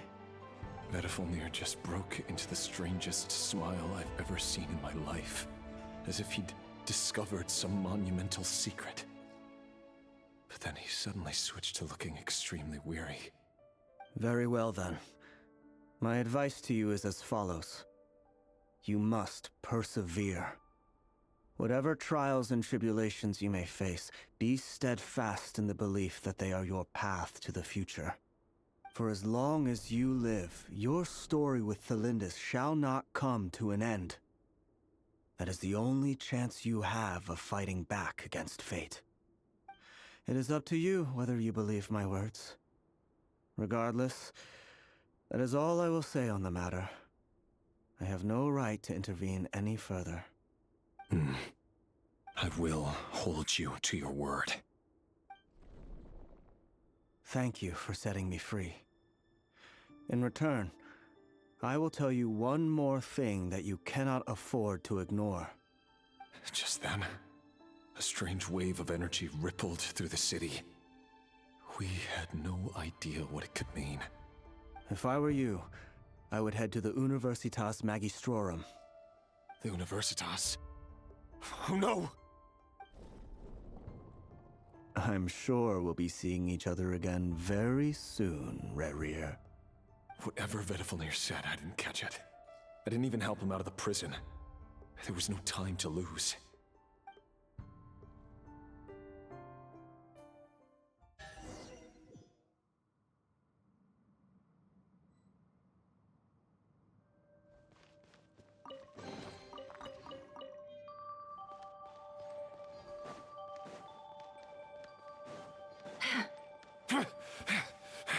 Monsters? Is this Rhindaughter's doing? Or the Universitas Magistrorum? Out of my way! For the everlasting forest. Yeah, it all adds up. Yeah, yeah.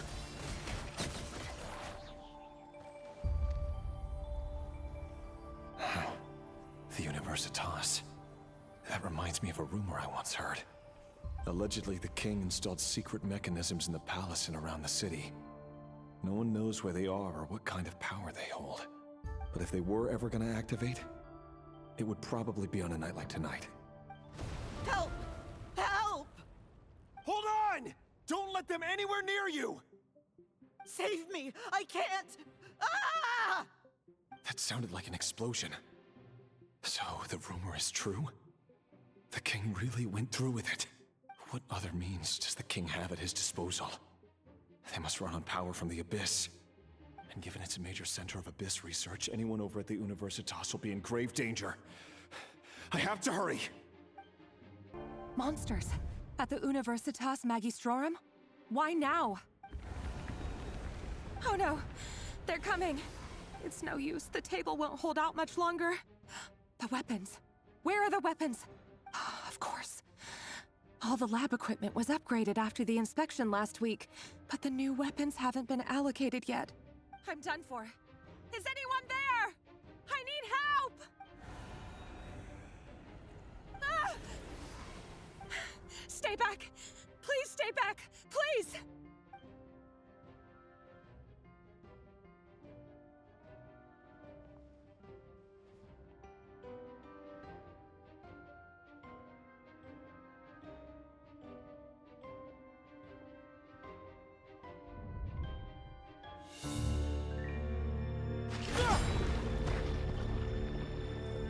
What's that? Rerir! So the rumors about your work are true. What? No! Listen, something happened at the palace tonight. We have to leave! You don't need to lie to me anymore. What do you mean? I know why you're worried, and I will respect the decision you've made. But it's okay. Because I found a solution. I know how to end all this. You can have it back. The normal life you so desire. But until then, I'm afraid our wedding will have to wait. Cylindus? No, don't do it! Cylindus! Cylindus!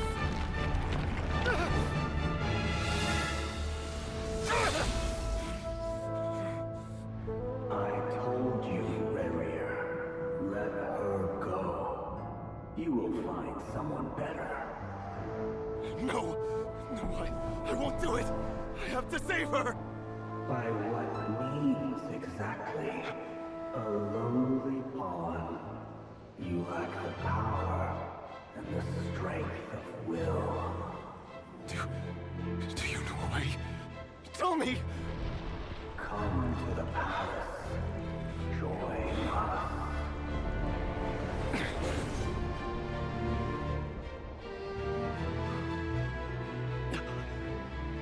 Rarier, thank goodness we...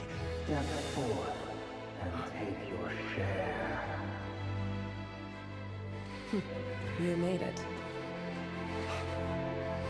Not you too.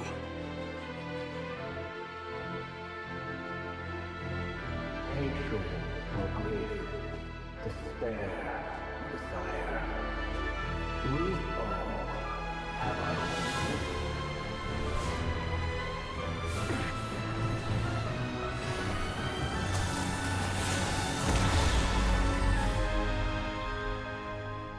Rarier. Rarier. Cylindus? Were you daydreaming?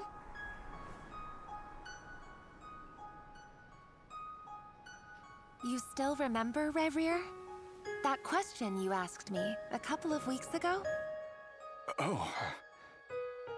You mean the proposal? Yeah. I'm wondering, where do you think would be a good place to discuss it? Maybe in the garden? Or were you thinking a fancy restaurant? It's your choice.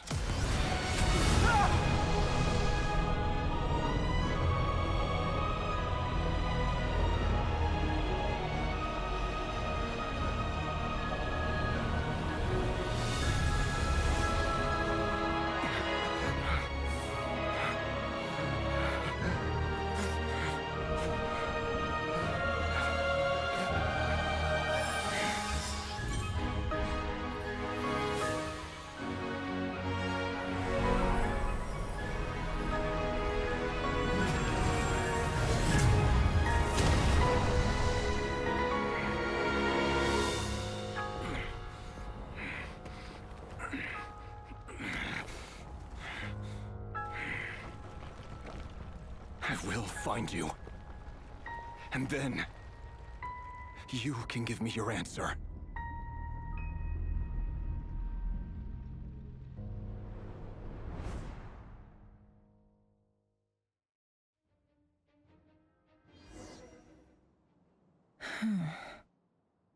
So that's how the Raker of Solnari was born. A monster created by circumstance is a monster all the same. Viewing other people's thoughts for too long can get uncomfortable. Right now, I'm feeling a strong sense of loathing. In a nutshell, the story of Conria is what happens when the truth falls by the wayside. Everyone tells little white lies, and before long, you have a huge pack of lies that destroys everything. Phew. Time to get back. His past is filled with sorrow, but the tale of any fallen civilization is one of endless tragedy. Cruel as it may be, that was Conria's fate.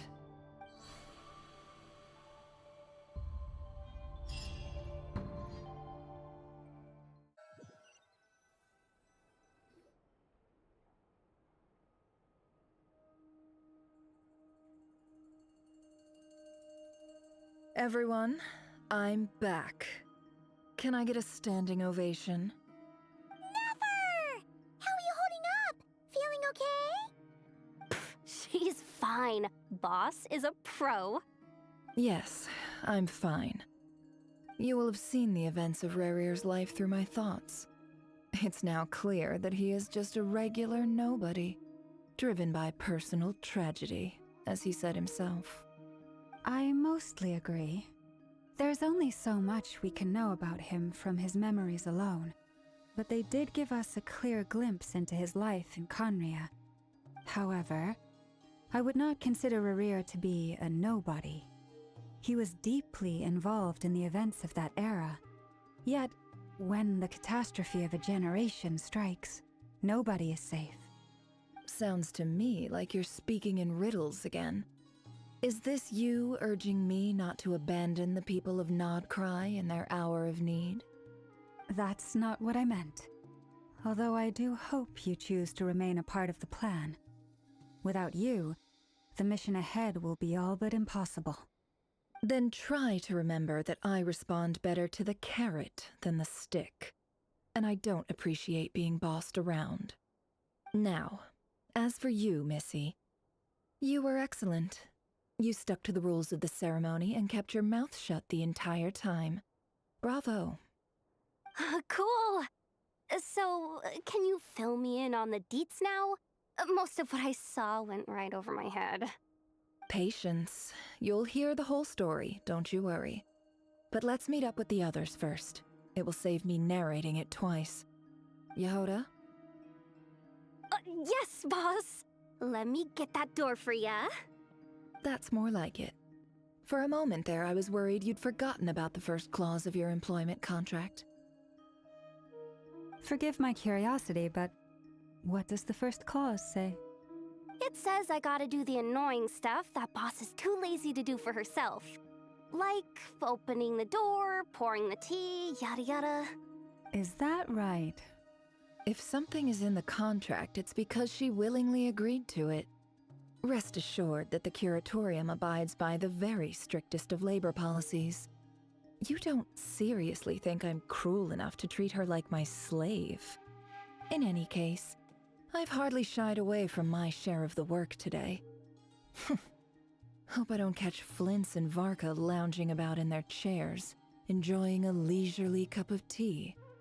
There's nothing I dislike more than other people enjoying themselves while I'm hard at work.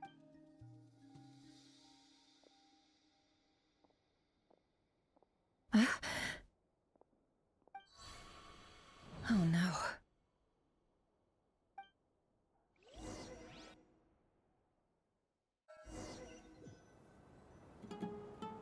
Sorry to disturb you, but we seem to have run into some trouble.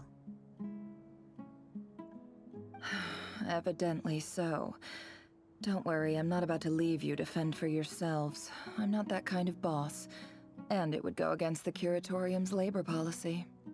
I'm sorry? What did you hear me say? I wasn't talking about labor policy. Wait. How long have I been standing here? Not long. You just appeared by the door a moment ago.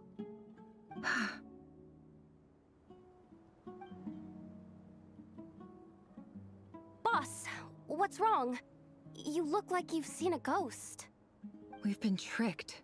We never left at all. Somehow I hallucinated that whole scene back inside the office. Hallucinated? But how? How indeed. This place should heed my will alone. All thoughts and actions that occur in here are just a result of pawns moving across the chessboard in a carefully calculated manner. And nobody has access to this chess set but me.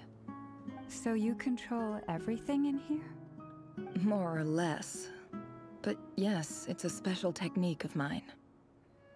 Has anything like this ever happened before? Only once. It was the first time I used the chess set. Is there any similarity between what happened then and what's happening now? I suppose my thoughts are a little turbulent, which was also the case my first time.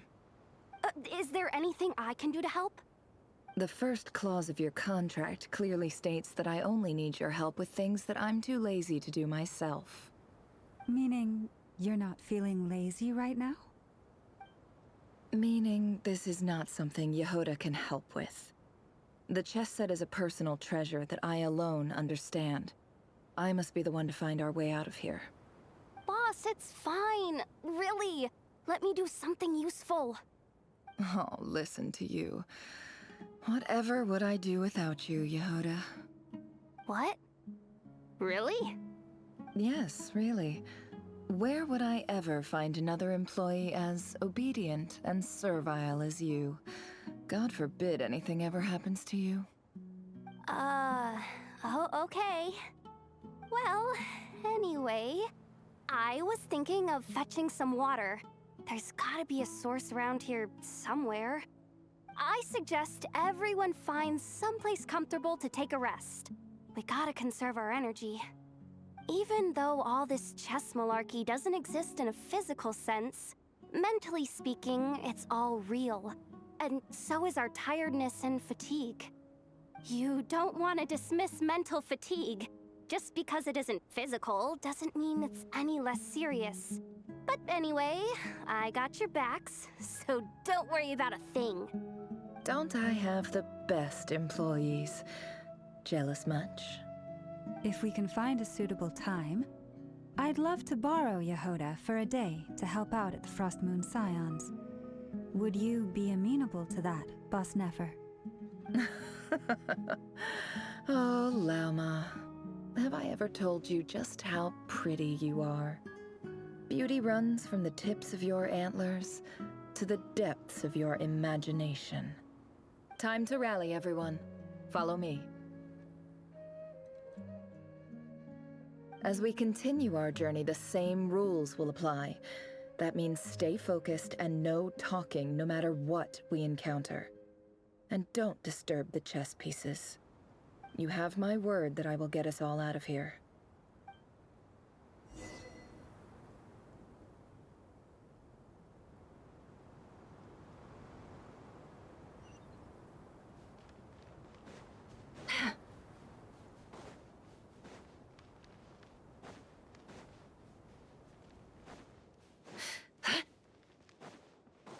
This place looks familiar. That's not a good sign. There's someone up ahead. Time for a little chat.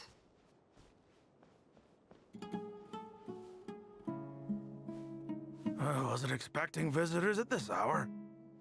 Wait, is that? Oh, it's him. There you are! Sinue's been looking for you all day. I think he has some news for you. Oh yeah? What were you doing just now, Uncle Retinue? Hiding away some more loose change? I know I saw some Mora. What do you mean loose change? Oh, come on, I'm too old for this. Just pretend you saw nothing.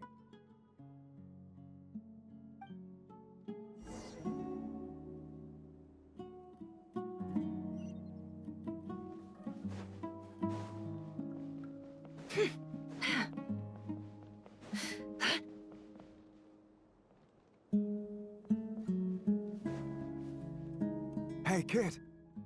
Mind telling me what Sinuhe's been up to recently? I'm trying to get in his good books and I need a way in. Get in his good books? Why? What do you want with my dad, Uncle Apepi? I've written a new song. I was hoping to showcase it at the next festival, but I'll need his approval. A new song, huh? I'd love to stay and listen, but unfortunately, Uncle Retinue says my dad's looking for me. Well, there's plenty of time and I'm not going anywhere. See that pile of stones? I'll be sitting there warming up my vocal cords. Come find me when you're done.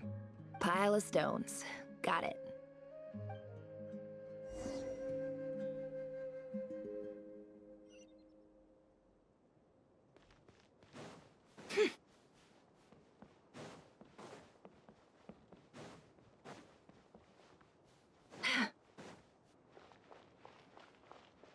Hi, Dad. Uncle Retinue said you were looking for me. Ah, there's my little princess. If you'd gotten back just a little sooner, you could have shared the spoils of war with me. Spoils of war? Who were you fighting against, Dad? It was just a figure of speech. The aftermath of a sandstorm is no time to be waging war. I was talking about our war against thirst. I went out to fix our water supply problem, and now I'm back. Which means... We have a well again! That's right. I found a new one and brought back as much water as I could carry. It should last us for a good while. If it wasn't for these blasted sandstorms, our wells wouldn't be caving in. You wouldn't be spending all your time out searching for new water sources. As the chief of our tribe, I'm supposed to be leading us out of hardship and poverty, onto better things. You know how prosperous our ancestors were. I've told you all the stories. And look at us now, squeezed into these hovels.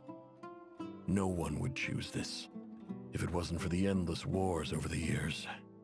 But things are looking up. I started working with some folks from the academia a few months back. They gave me some contacts in return for my assistance in the desert. So you're the academia's helper now? Special ambassador, they call it. Think of it as a partnership. It's nothing bad, okay? We've been isolated here in the desert for too long. Seeking opportunities elsewhere is the best thing for us, and the fastest way to progress. So, do you get anything good out of being a special ambassador? Of course. My luck's improving all the time. One day, I swear I'm gonna lead us out of this place. We'll find somewhere new. Somewhere better.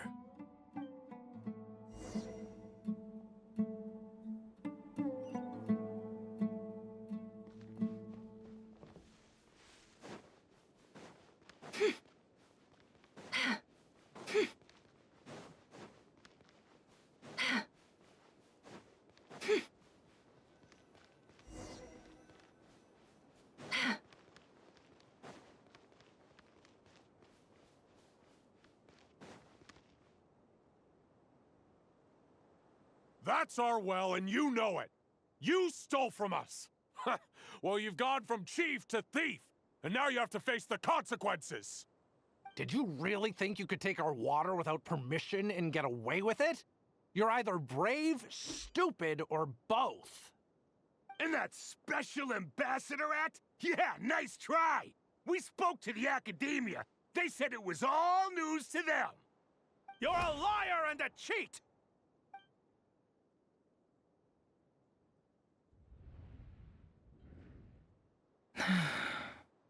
I heard Yehoda gasp, but I don't blame her. Most people are terrified by the sight of blood. Corpses strewn across the ground. The wounds are clearly from scimitars and daggers. The desert dwellers' weapons of choice. There's a handwritten note on the ground. Let's see what it says. Halil, this is Sinuhe, chief of the Shimti tribe. Surely you remember me. I was the one who helped you and your colleagues avoid the quicksand in the desert. This is my second time writing to you. I assume my last letter must have gotten lost in the mail, as I didn't receive a reply. I hope this one makes it to you safely. I'm writing to you because I need some help. That sandstorm the other day completely blocked up our well, forcing me to look for another water source in Iab and Unut territory. It was a matter of survival. Praise the gods. The well of the Iab tribe was intact. It was my last resort. I drew what water I could and left, but not without being spotted. I fear they will retaliate. You told me to write to you if I ever needed help. You said you'd be my ally in the academia. I urgently need you to formally recognize my title of Special Ambassador and send some of your people to assist me for a few days. It's the only way I can convince them that this was the academia's decision and prevent them from retaliating. This is an emergency. Please send help as soon as possible. Looks like this letter never got sent. The writer died a grisly death, and the letter was trampled into the ground. It's badly defaced. Some parts are barely legible. What a ridiculous lie the surviving Shimti tell. Their whole village was butchered over a sip of water.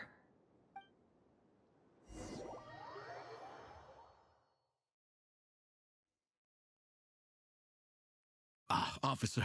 Welcome. Welcome to our humble village. I thought you would at least have the courtesy to provide some respectable libations. This is the finest wine our village has to offer. I promise.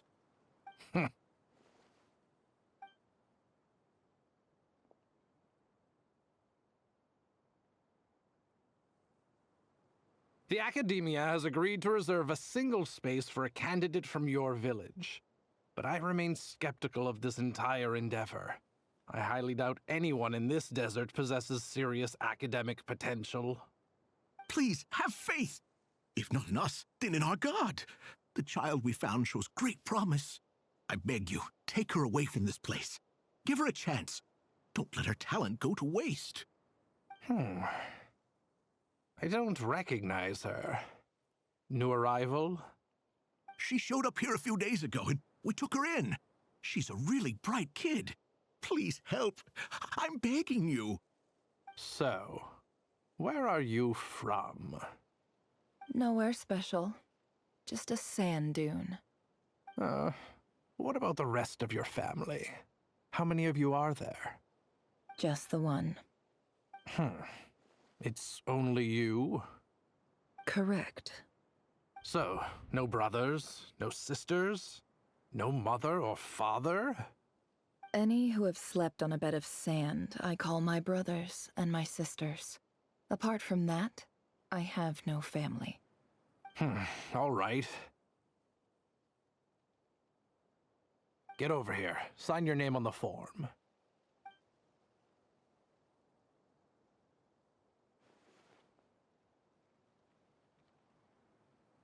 Never? You're rather fair-skinned for a desert dweller.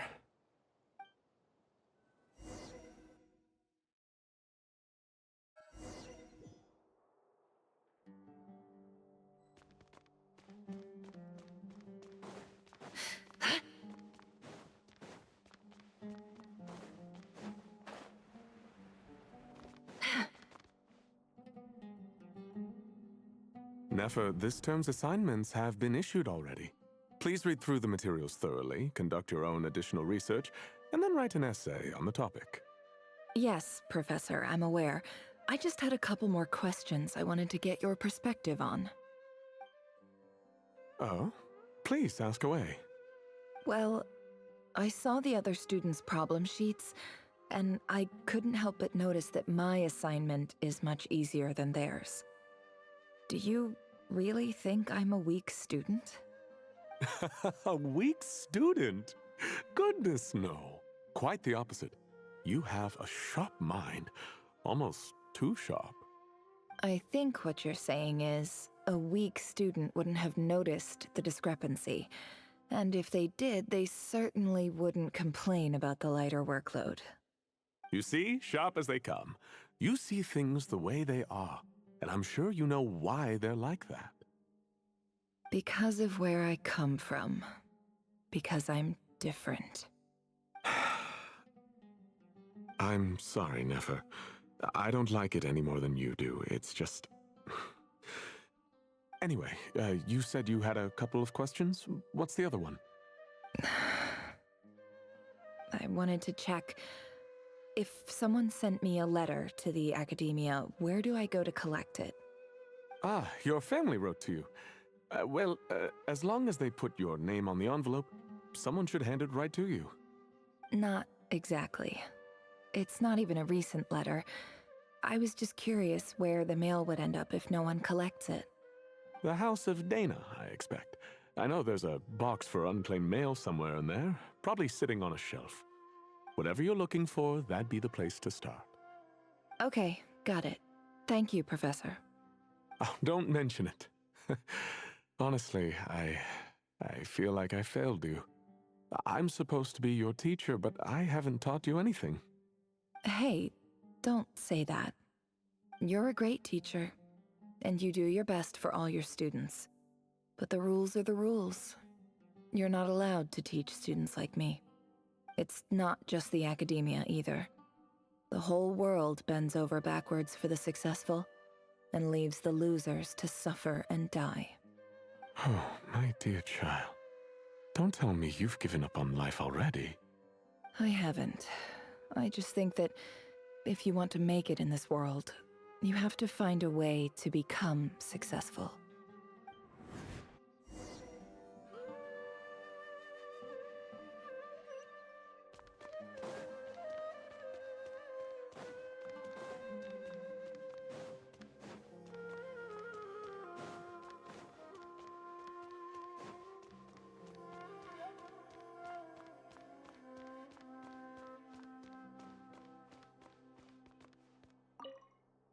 This must be it. A big cardboard box full of unclaimed mail. And probably some letters that ended up here by mistake, too. Let's take a look.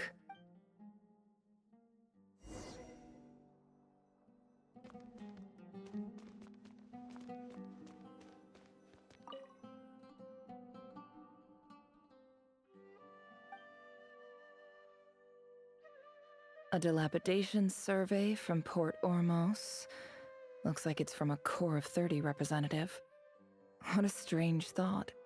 A bunch of mercs losing sleep over rundown buildings. This one was never even opened. I guess the recipient didn't care what the Core of 30 had to say about anything. Who was it addressed to? I don't recognize the name, but it must have been a Kasharawar professor.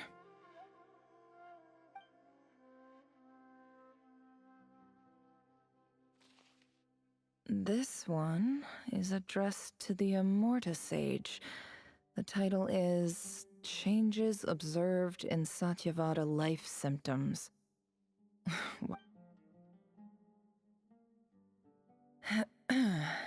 Guided by the incense, we became lost somewhere in the forest. All the barriers between levels of consciousness disappeared as our minds soared around in circles, looking for a branch to seek refuge on. In clinical terms, these symptoms fit the description of incense poisoning. The Immorta Darshan strictly prohibits the use of hallucinogenic substances, but I believe there are still people getting away with it.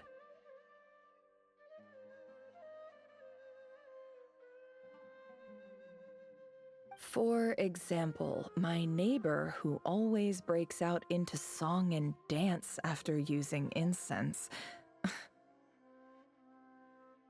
This seems like something the academia would want to know about. Why wasn't it collected? Wait, what's this written on the back? It's so small. The note says, "The sender authored this letter while under the influence of mushrooms. I would send it back, but no return address was provided. Stamped by the Grand Conservator of the House of Dana."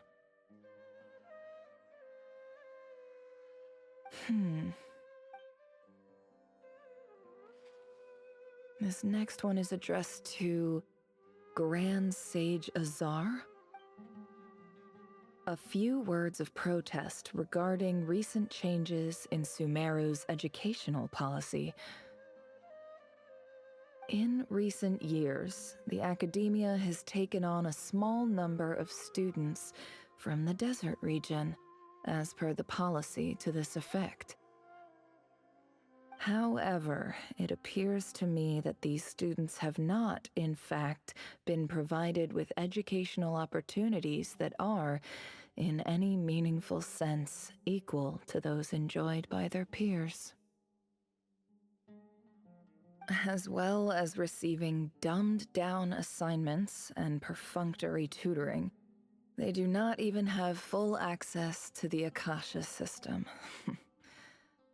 Education is the fundamental purpose of this institution, which should go without saying in a nation whose founding virtues are knowledge and wisdom. I ask you, is the lip service we pay to the policy of education for desert students truly the standard of pedagogy to which the academia aspires? As Grand Sage, policy decisions are your prerogative, but do not forget your roots. You and I were once students too, as was everyone else in this institution.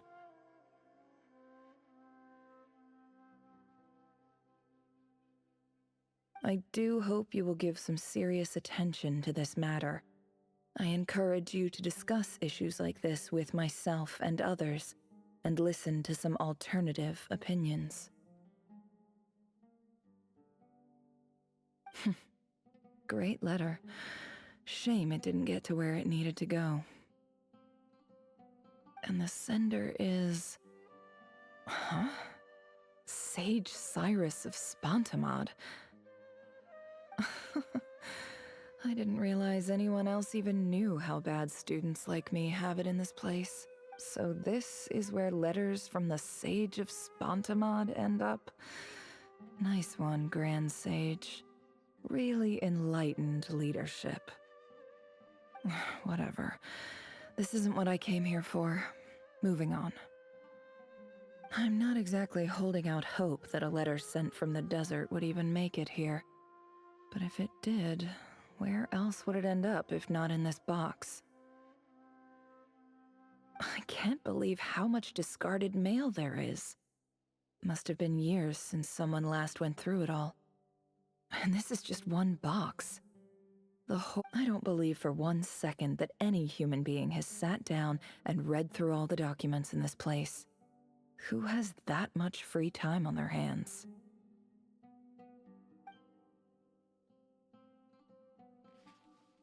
Wait, could this be it?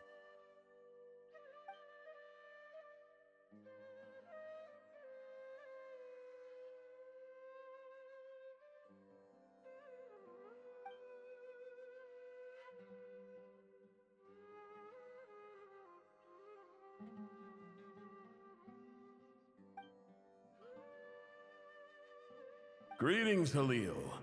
My name is Sinuhe, chief of the Shimti tribe. I was the one who came to you and your colleague Zaid when you ran into trouble in the Great Red Sand. I don't know how well you remember it now, but I brought you to safety and gave you some water and other supplies. You seemed very pleased and told me your name. In my tribe, learning a person's true name is serious business, and I therefore see you all as friends. You were kind enough to leave your contact details, so we could stay in touch. The Shimti tribe lives a harsh, nomadic existence in the desert. You were sympathetic towards my plight, promising to make me a special ambassador of the academia and help us find a way to make a better living. This brings me to my reason for writing. Our tribe has fallen on particularly hard times, and I would like to ask for your assistance. There was a terrible sandstorm a few days ago, which blocked up the well in our land. To ensure my people's survival, I had no choice but to venture into Iyab and Unut territory in search of an alternate water source. The Iyab and Unut are descended from the Thamudians.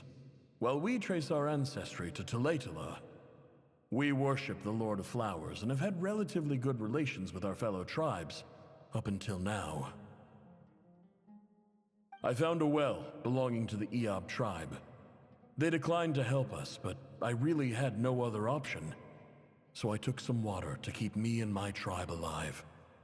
My actions are certain to incur their wrath. When we met, you assured me that you would be my ally in the academia. I would like to take you up on that offer, because I really need your help. I wonder if you could send an academia representative to meet with me.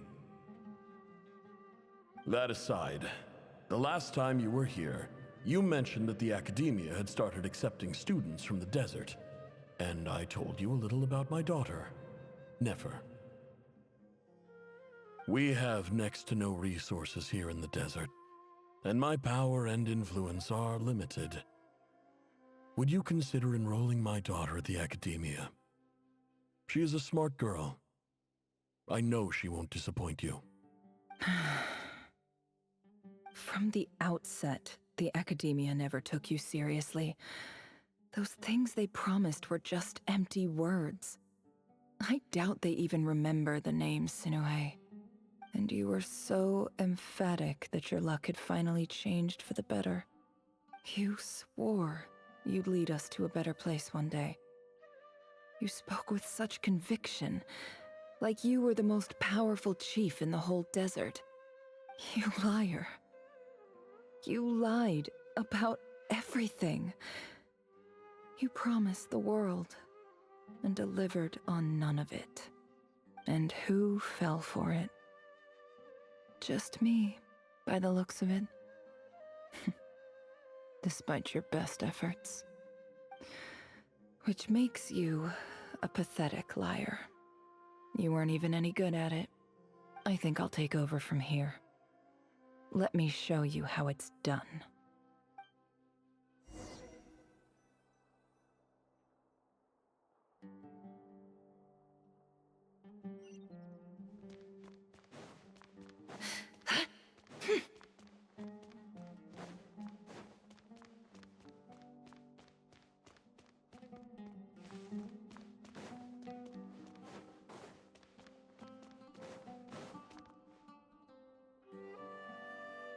I just came to say goodbye.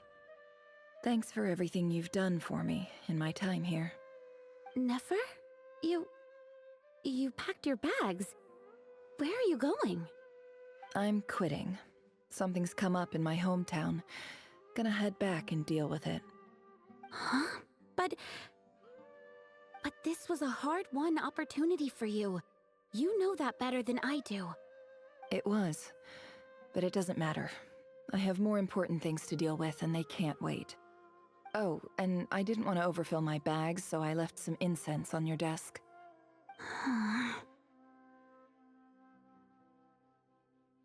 What's wrong? I thought you liked incense. Although, I did read somewhere in the House of Dana that it has hallucinogenic effects. Don't use it all at once, all right? Isn't this the stuff you brought from your hometown? You're just letting me have it? But you said it's a rare and valuable commodity. Yeah, about that. I lied. It's not rare at all. There's this bunch of ruins near my hometown that are practically overgrown with this plant. It's not worth much. Keep it, it's fine. But Nefer... All right, that's all from me. You take care.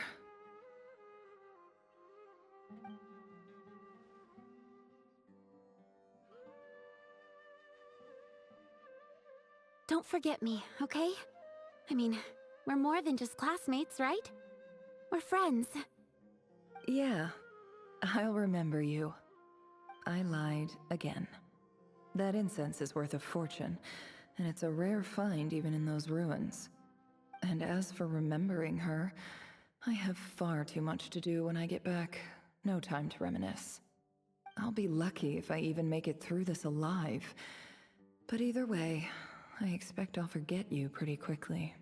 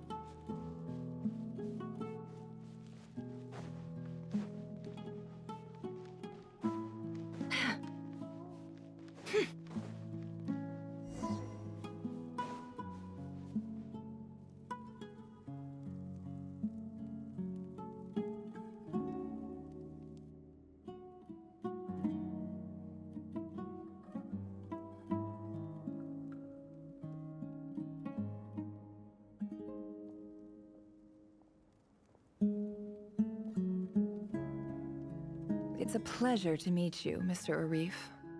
So, what does the Academia want? Since they've sent their special ambassador, I assume there's a big business deal to be made. If not, I'd be very disappointed. Please, sir, lower your blade. You're lucky I'm the one they sent. Not all special ambassadors share my admiration for the Eab people. The ever-shifting balance of power in the desert reduced the once great civilizations of this region to rubble and sand. But the story of the Eab has a very different trajectory. Others grew weak, but you grew strong, beginning in obscurity and moving to prosperity. You're the only ones who defied the trend. Huh. So, you do know who you're dealing with? This well is the perfect symbol of your strength, is it not? It used to belong to the Unut, but it looks like you have control over it now. You're not wrong. But I'm sure you didn't come all this way just to flatter us. Of course not. I came to bring you some very good news. Some information that recently came to light, which might just be your ticket to freedom. Records uncovered by the Vahumana Darshan show that a certain well currently under Eab control is built on top of some ancient ruins. These ruins are of great archaeological interest to the Academia. I checked the map carefully on my way over here, and I'm confident that this is the well in question. The Academia is offering 50 million mora in return for excavation rights. 50 million? No, wait. If these ruins are as important as you say, 50 million's a little low, don't you think? Don't get greedy, Eab. We know far more than you think. We know that you seized this well by force. Wasn't that the first step in your rise to power? To drive away the Unut and steal their water supply? So what if it was?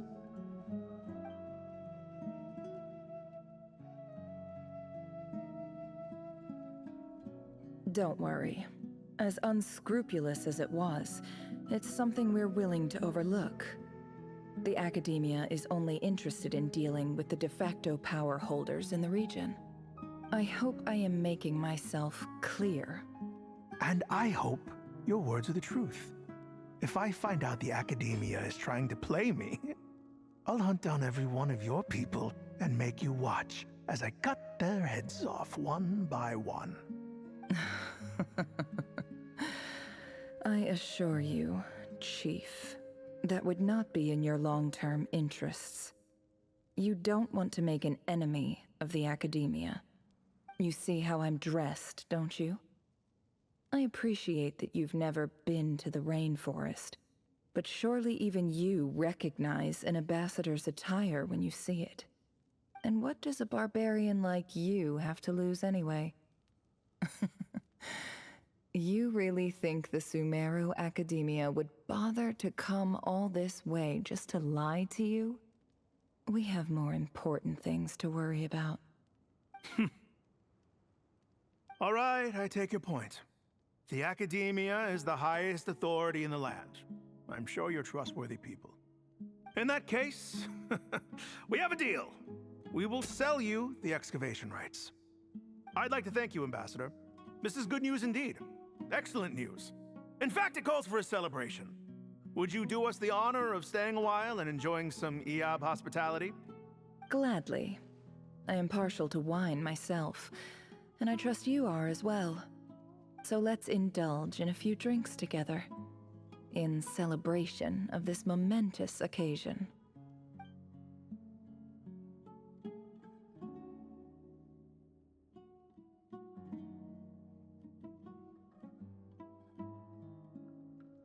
Chief! Chief, it's an emergency! It's the Unut. They've taken the well. What? Well, don't just stand there. Take it back.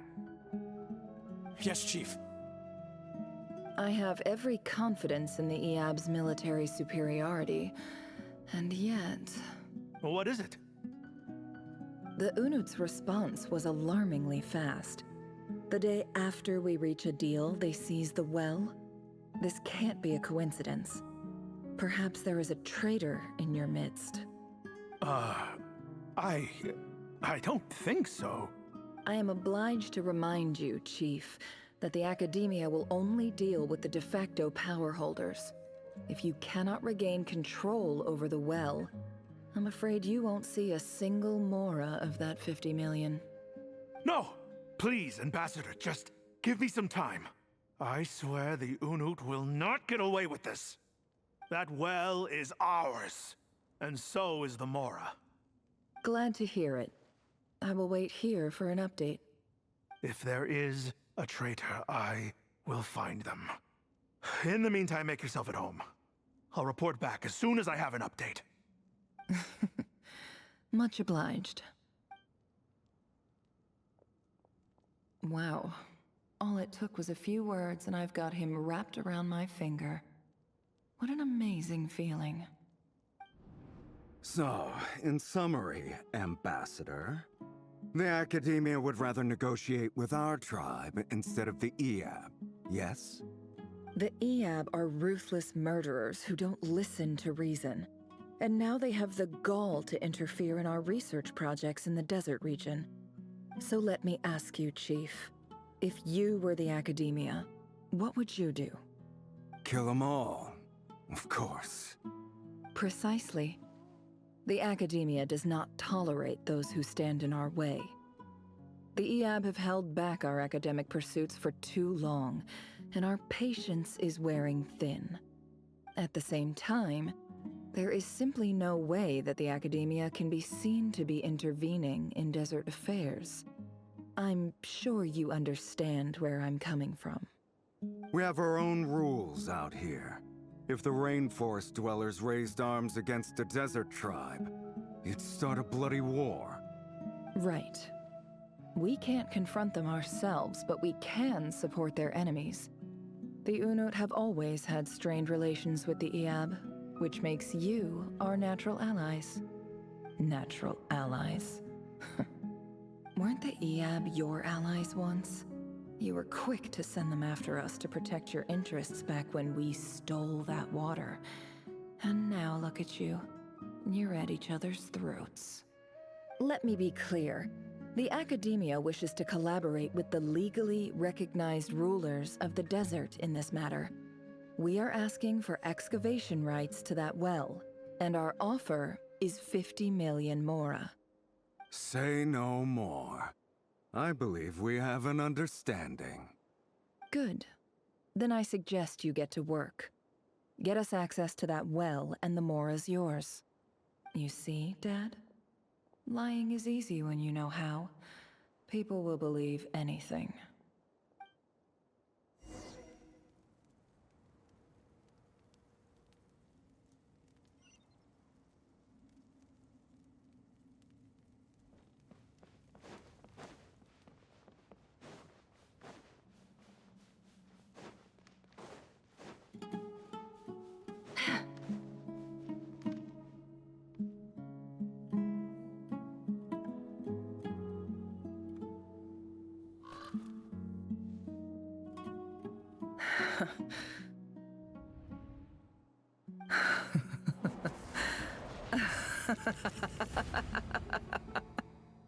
Look at yourselves.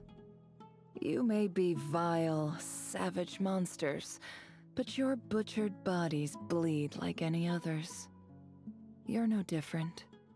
You're nothing special at all. The monsters who destroyed my home, they're just ordinary, petty human beings.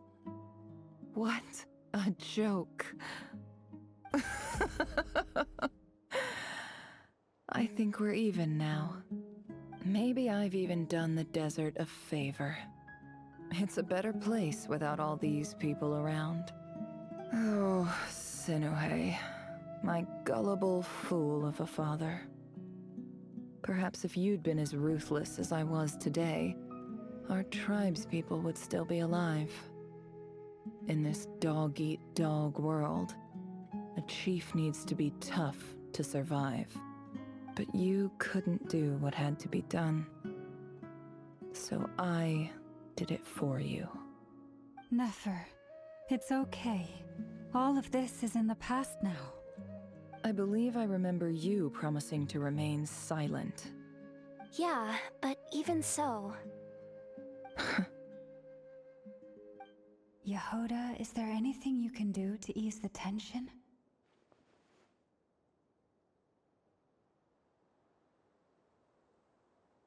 Alright, time for a sharp turn onto a completely different topic. So, anyway, that's enough of that. When are we getting out of this place? Feels like we've been walking forever. I'm getting pretty tired. Oh, Alma, you tired? Yes.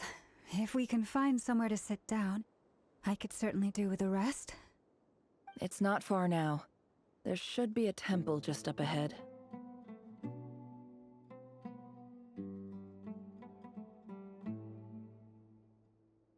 Yes. Really? A temple? That's where this story ends?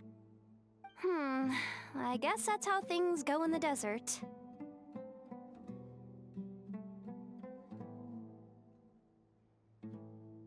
Desert dwellers can never escape their destiny. Or so everyone says. I never wanted to believe it, but looking back now, I'm as desert as they come. You mentioned a temple.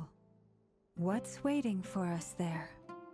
My biggest trade secret of all. Ah. Then I'm guessing it's where you got your power from. The power to peer into other people's minds. I didn't know you were clued up on any other religions. I'm no expert in the history of Sumeru, but since you come from the desert, I would imagine it has something to do with King Deshret.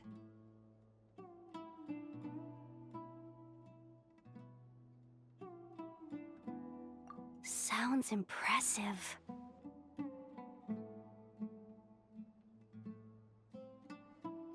Ah, I know who you mean. General Mahamatra Sino. The spirit of Hermanubis dwells within him. That's Boss Neff for ya. She knows everything. Sino's hardly a figure of obscurity, but I know about Sethos too. What about him? Is he a big deal or something?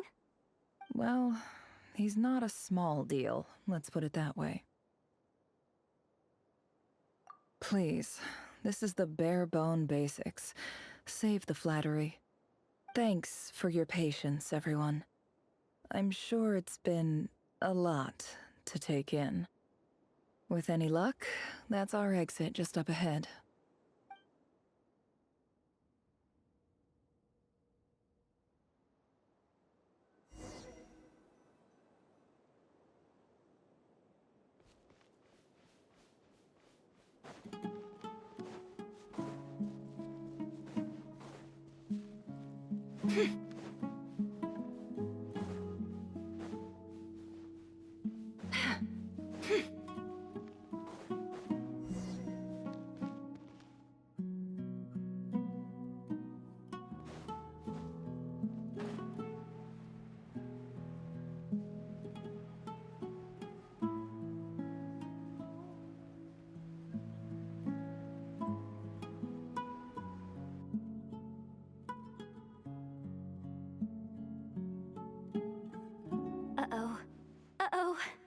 Uh-oh.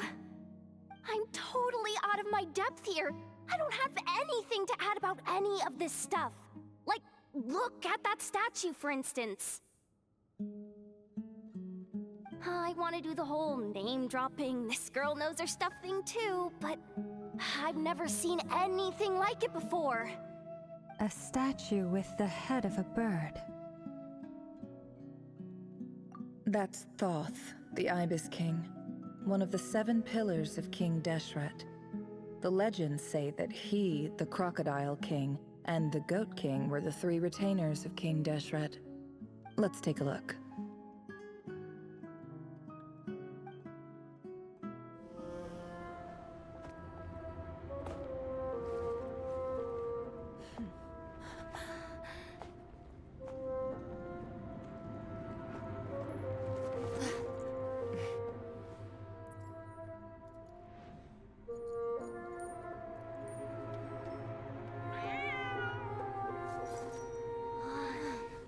it's just Ashru. So, all is well?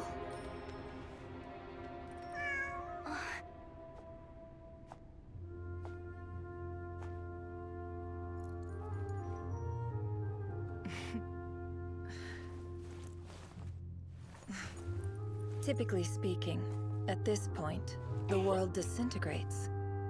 Then we find ourselves back in the outside world.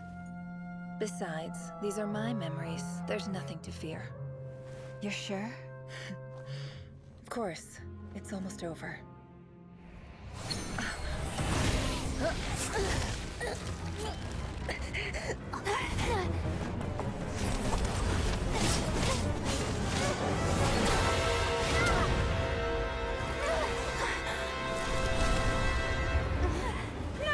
Hold on!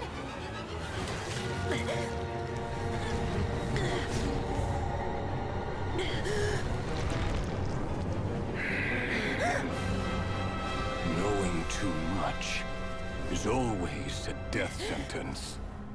Speak for yourself.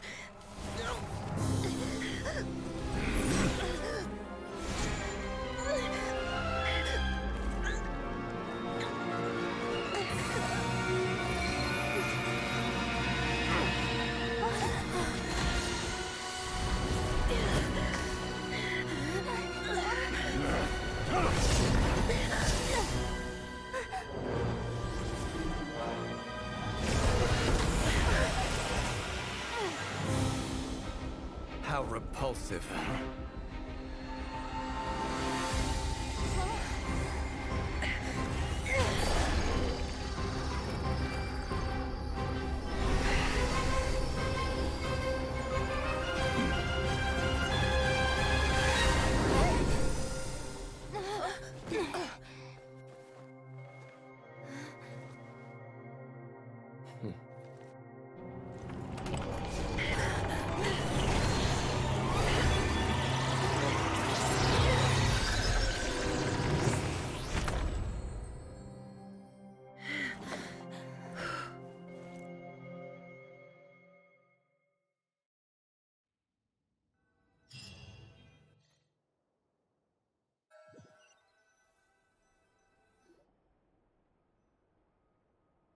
Timed that pretty well, didn't I? It's okay. I'm just glad no one was hurt. Paimon noticed you doing something too, Dainsleif. Were you helping get them out? Of course. When I asked Nefer to conduct this investigation, I was not naive to the dangers involved.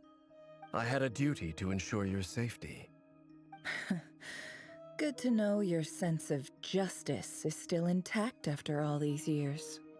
I take that to mean that you saw the truth. That comes as a great relief. I certainly did. And thanks to your help, I also managed to trap Rerir inside the chess set. Whoa, really? How'd you manage that? Well, to be honest, I sensed that something was wrong long before we made it to the temple. By using this fragment to probe into Rerir's past, well, the monster formerly known as Rerir, it seems I alerted him. I was tracking him, then he caught on and started tracking me too. Can't say I'm surprised. But how did he track you through your thoughts alone? That shouldn't be possible. Rerir was a secret agent who reported directly to the Vinster King. He is an expert at finding a trail and hunting down his pursuers. No wonder. He infiltrated the chess set, read my thoughts, and built a new virtual chess set inside of it. That's why we weren't able to leave at first. Speaking of your chess set, it's quite a remarkable item. Would I be right in thinking you have some connection to King Deshret? You overestimate me. I only have a connection with one of his underlings, the Ibis King. You all saw how this came to be. A long time ago, the Iab massacred my tribe, the Shimti, in our home village. A few years later, I enrolled in the academia, where some new information came to light. The Unut and the Iab fought a bitter battle over the rights to a well, all for the sake of a non-existent 50 million mora. The Eab ultimately won that confrontation, but their victory came at the cost of almost every warrior in the tribe.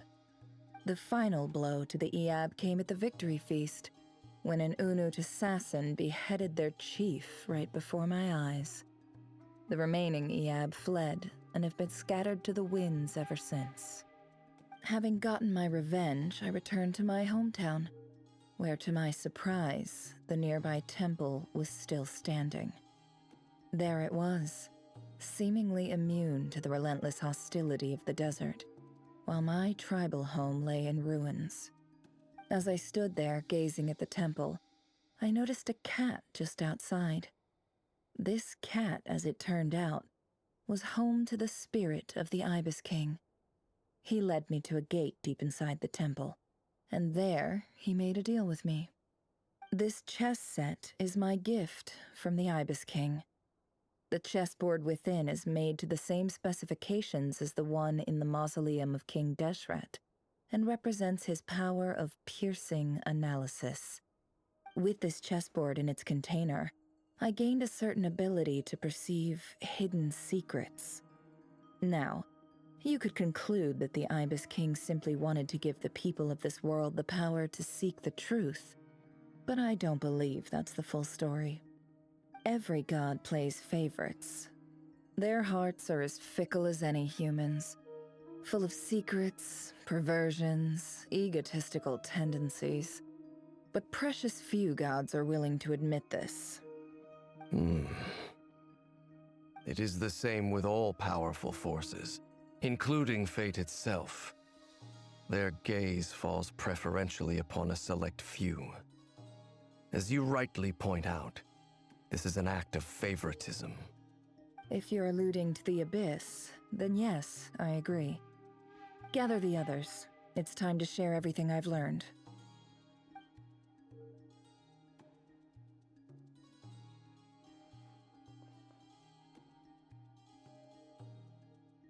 Thank you all for being here. As promised, I did some further investigating into the Raker of Solnari's background. I am pleased to report that the investigation has been most fruitful indeed. The Raker of Solnari, real name Rerir, was once a Conrian subject who served the Vinster King. I will now share the important details of his story. Please save any questions or comments for the end.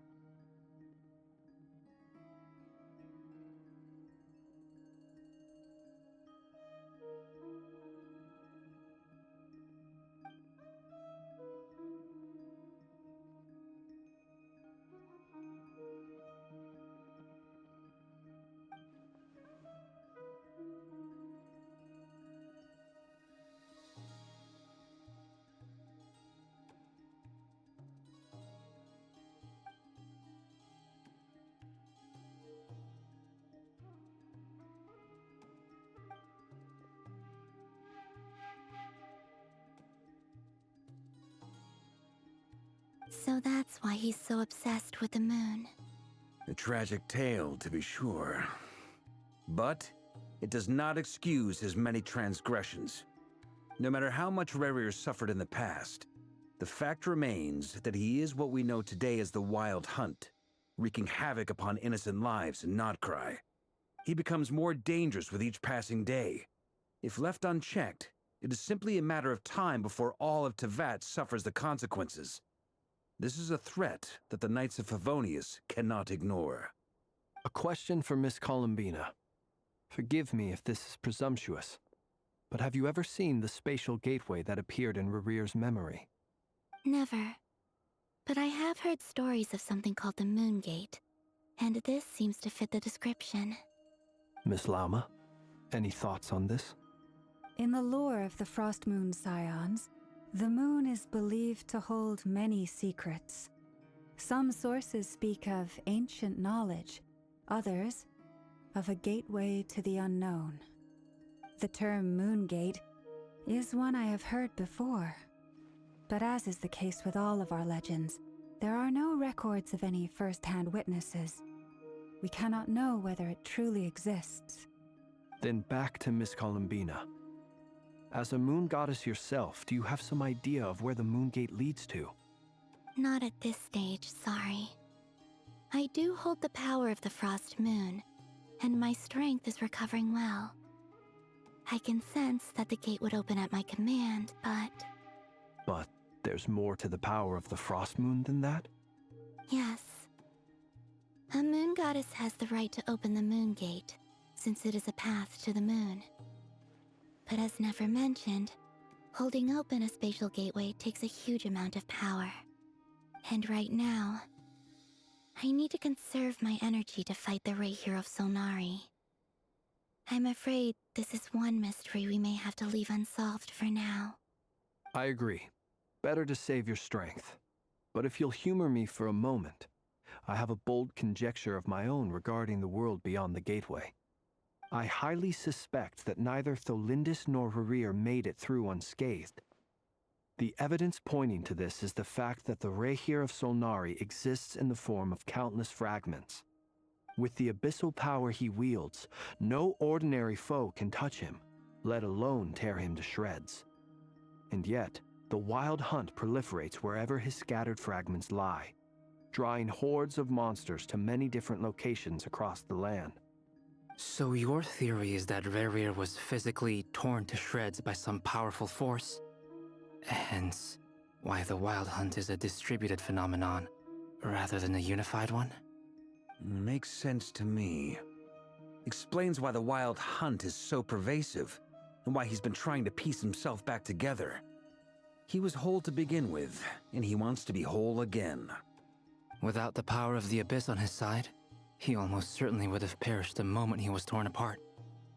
But the Abyss, much like a curse, has kept him alive. I could not agree more. The power of the Abyss is most surely a curse. It is a compelling explanation, and one that accords with my present understanding of Abyss creatures. Whether the life form in question is primitive or advanced, if a curse has extended its lifespan unnaturally, it will continue to survive in spite of everything. This raises some interesting questions. I will run some experiments and see if there is any validity to my suspicions. That being said, regardless of whether my research bears fruit, I would like to thank Miss Nefer for conducting such a thorough investigation. Already, it has greatly enriched my understanding of the entity we face. My pleasure, Mr. Albedo. I too hope that the information I have shared today proves useful as we look to formulate the next stage of our plan. Hey! What is it, Dainsleif? You look really upset! It's just... when I think of the man I once knew as Rerir, I struggle to understand why things had to turn out like this. The two of you used to be friends, didn't you? I don't know if these words will bring any comfort, but my heart goes out to you. Mine too. We can never know all the hows and whys of the way things are. The moon and stars are full of untold secrets and lies, and the skies are host to many more mysteries than these alone. Yet, none of that can begin to compare with the complexity of human life. Those are the first comforting words I've heard in a long time. Thank you, both. Well, I think this is a good place to end today's meeting. I'm sure Nefer needs some time to recover. She's been through an awful lot today. That's very thoughtful of you, Lama. Of course. Sounds good to me. Take some time to rest and digest before we reconvene to nail down a plan.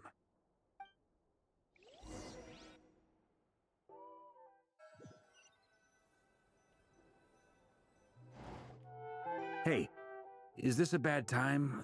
Hope I didn't kill the conversation. Nice room. Oh, I'm not coming in, though. Why not? It's just a hotel room.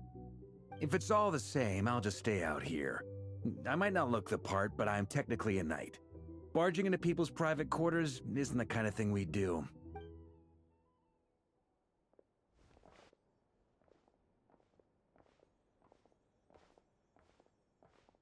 Anyway, Nefer went back to the curatorium to get some rest. But before she left, she shared some things with me that I thought you should be aware of. Firstly, although she managed to trap the Raker of Solnari inside her chess set, there's no guarantee that the power of the Ibis King is any match for one of the 5 sinners. Their powers are beyond our comprehension. It's only a matter of time before he finds a way to break out. We have to come up with a plan and take care of him before that happens. Honestly, Paimon figured that might be the case. So, how long have we got? Well, I asked her that same question. She talked for a long time, but for the most part, it seemed like she was trying to convince me how precious her chess set is. What a long and storied history it has. It felt like some kind of sales pitch, you know? The kind where you end up handing over Mora against your will? Anyway, after all that, she finally answered the question. 2 days, at most. 2 days? Holy moly! Can we even recruit enough help in that time? That remains to be seen. Which brings me to the second issue. Dainsleif is obviously conflicted about this whole thing. But given how little time we have, there's no way we can pull this off without his help. You have some history with him, right? Do you think maybe you could talk to him for us?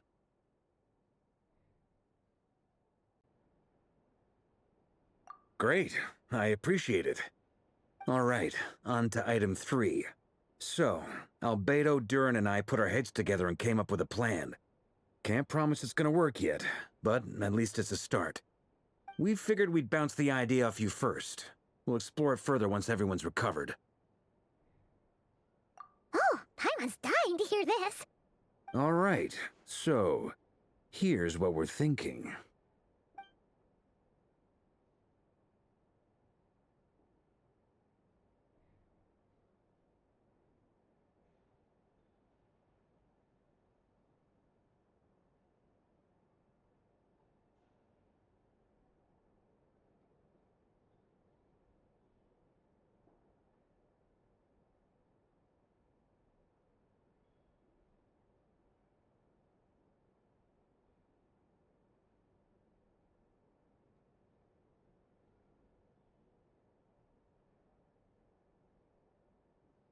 We felt a little uneasy about roping you into this. I mean, firstly, you're not locals, and secondly, none of us are your boss.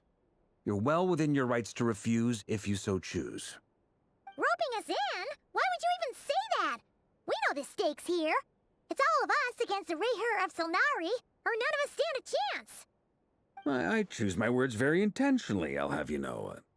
I like to think there's an art to striking a down-to-earth tone even when the stakes are through the roof. Sir Varka, I have a few thoughts about this plan. I'm all ears. I think we can be more flexible with how the roles are allocated. In my view, the most sensible lineup would be like this.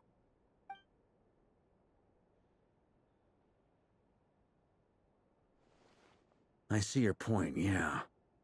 But if that's how we're going to approach this, you'd better make sure you're ready. To be clear, I don't doubt your abilities. Far from it. I just want to make sure.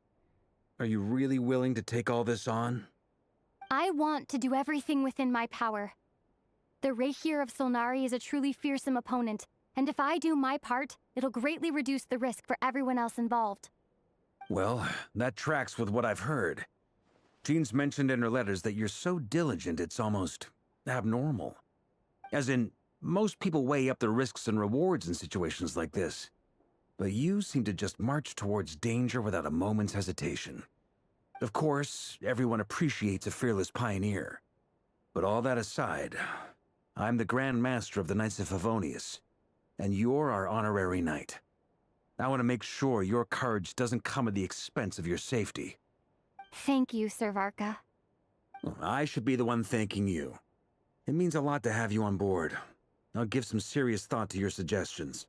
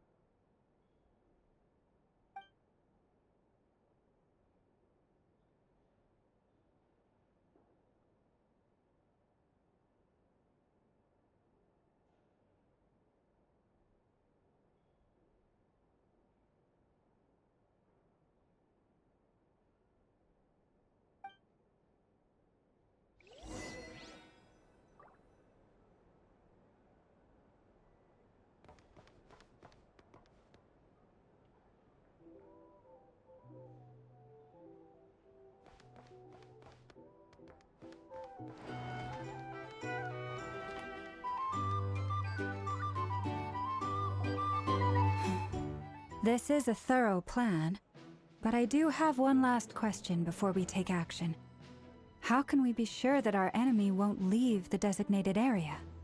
Great question. Albedo's been hard at work analyzing Rerir and the Wild Hunt's behavioral patterns. His conclusions are as follows. Firstly, from the earliest known confrontation until now, Rerir has never displayed any ability to manipulate the dimension of space. So it's unlikely he has any power in that domain. Secondly, he seems to have a particularly strong vendetta against our group. If we put him in a fight-or-flight situation, he'll choose to fight every time. Thirdly, finally, and most importantly, he is consumed by hatred, both for the moon and for his enemies. Turns out, we tick both of those boxes. We have a reincarnated moon in our ranks, and a spy who accessed his private memories without permission. He'll be baying for blood, not looking to escape. As someone who's had their fair share of interactions with the Wild Hunt, those all seem like valid observations to me. Understood. Then I will defer to the verdict of the group. Well, everyone, that's the plan in full detail. Albedo and Durin are carrying out their part as we speak. Plan approved. Scheduling. Okay, any firepower you need, I got you covered. Let's light this baby up. The Frost Moon Scions are behind you as well. And the rest of you?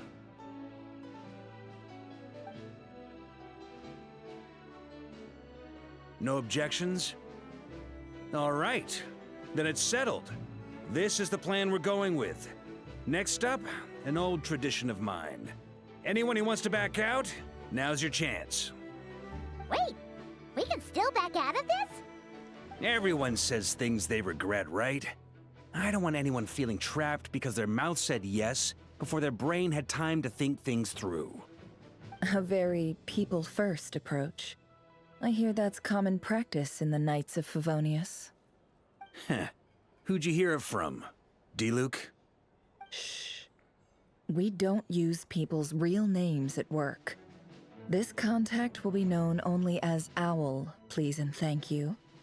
This plan can only work if everyone does their part. Flint's and I will absolutely support it. We shall indeed. You'll be glad you accepted our help. Also, you are the last person I expected to see here, Miss Dory. It's not often I get called Dory in a work context.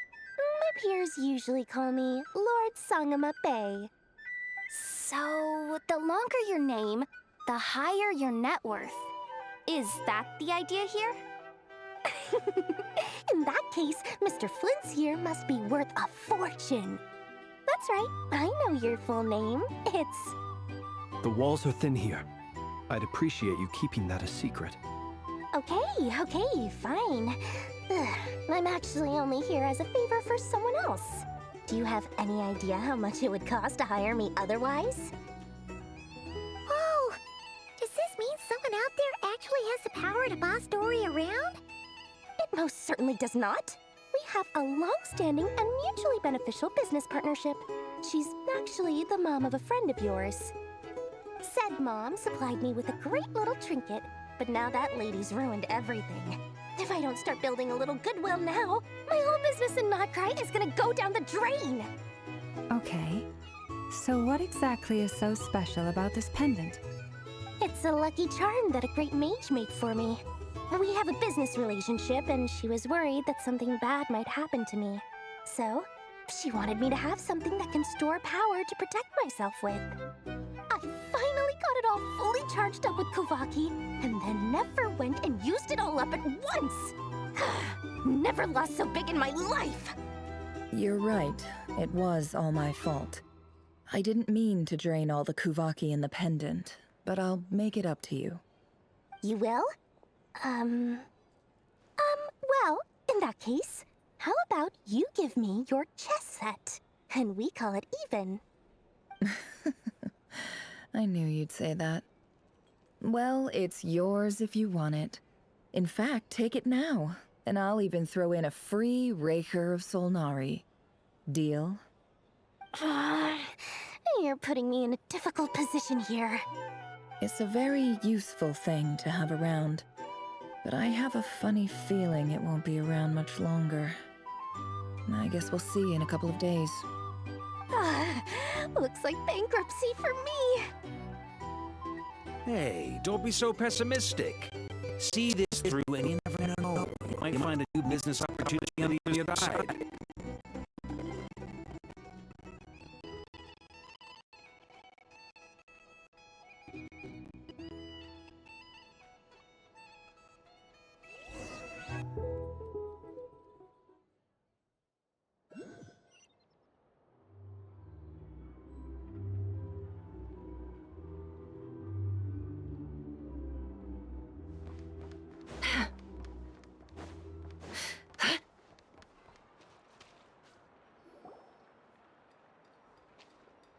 Dory! How are things going? Feeling ready? Oh, I was born ready. We only have 2 days. You think Lord Sangamabe would let an opportunity like this slip by? Don't forget, when something's in high demand, the people with the goods on hand get to charge the highest price of all, even higher than the sellers taking advance orders. Ta-da! See? It's right here! Ah, it's so pretty! Did you make it? No, I have a supplier. We go way back, so he made me a very attractive offer. Aha! No wonder you were talking about lucky charms at the meeting. You've been getting Kave to make them for you. That's not the full story. It actually started a while back as a project between me and the Dendro Archon. Mage Alice once warned me that this world won't stay safe forever. There may come a day when everyone faces a great crisis. I passed this on to the Dendro Archon, and she secretly brought together a research team made up of Sumeru's top scholars to invent a technology that could keep people safe. I won't go into the details because it's all very complicated, but if you want to know more, you can ask the Dendro Archon about it sometime. Anyway, point being, it was the Dendro Archon who asked Kave to build this little contraption. As one of the top Kashara War talents, he was the obvious choice. Took him long enough. He stressed over it for ages. Must have gone through at least a dozen designs before producing a final product. But that's Kave for you. Marak delivered it to me a couple of days ago, along with a letter from Kave. Could I ask why I'm sending this technology to you? And what's your proposed use case? Has it been approved by the relevant authorities? So nosy. My fault for sending him the research permit to begin with. Surely Nahida must have told him you were involved in this project. He was probably just nervous because you're always so secretive about your business. Could be. Anyway, I just replied, let's hope there never has to be a use case, because it would involve grave danger. Fair enough. But it sounds like he was just being cautious. He probably felt responsible as the one who made it. Or maybe he was asking as a favor for his housemate. He's done that before. Not sure why, though. His housemate doesn't seem to really care that much about this kind of stuff. Either way, all's well that ends well. I'm just glad to finally have my hands on the product. I wouldn't want to be without it, given the potential dangers that lie ahead. Huh? What does that look mean? Paimon's just super surprised. This must be the first time we've ever seen you actually get serious about something.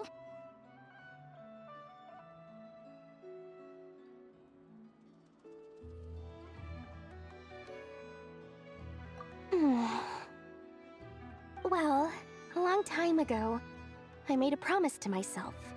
I promised that I was gonna live every day of my life with a big beaming smile. Obviously, Mora plays a big part in that. But there are always gonna be times in life when you have to give something back. That could mean paying back a debt, returning a favor, or showing some kindness. Alice has been a huge help to me over the years. She was the first investor I ever had. And I want my investors to know that Lord Sangamabe is the best in the business. And more than that, no one knows what the future will bring. Whatever happens, I want to make sure the Dendro Archon and all of Sumeru is prepared to face whatever comes.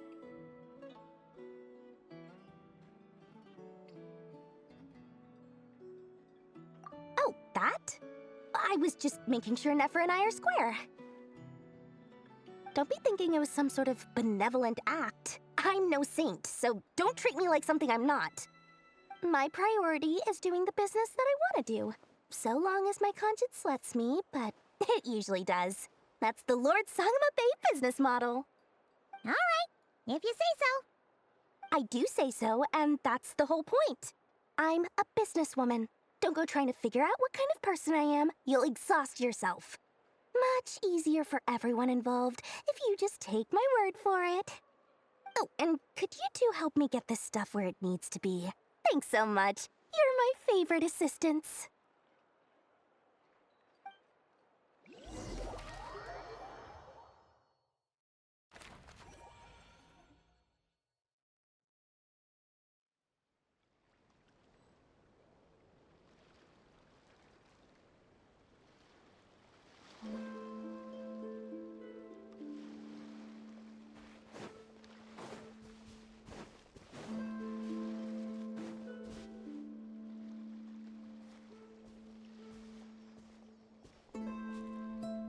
Traveler, Paimon, it's good to see you.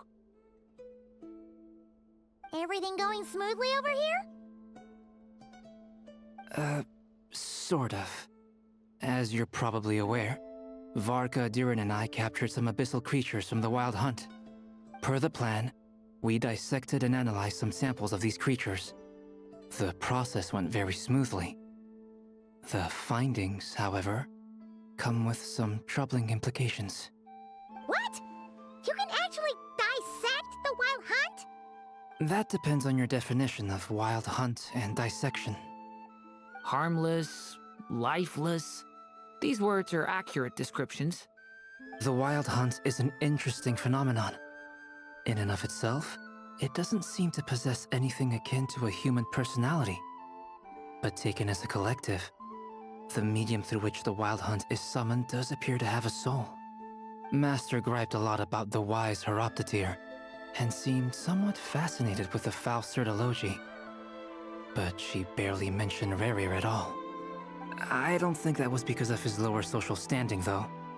Anyway, it's a pity. I should like to hear her thoughts on the nature of the lifeform he has become today. It's a strange mix. The furious energy of an abyssal being channeled through a fractured physical existence. A consequence of being torn apart by an unknown power. Perhaps the only explanation for his survival in this state is that he sacrificed a degree of individuality in exchange for a continued existence. Oh, sorry. Once I get talking about interesting research, I have a tendency to go on indefinitely. Back to our research findings. Essentially, they confirm my hypothesis. Rerir's corpse is completely contaminated by the Abyss, and the effects are irreversible.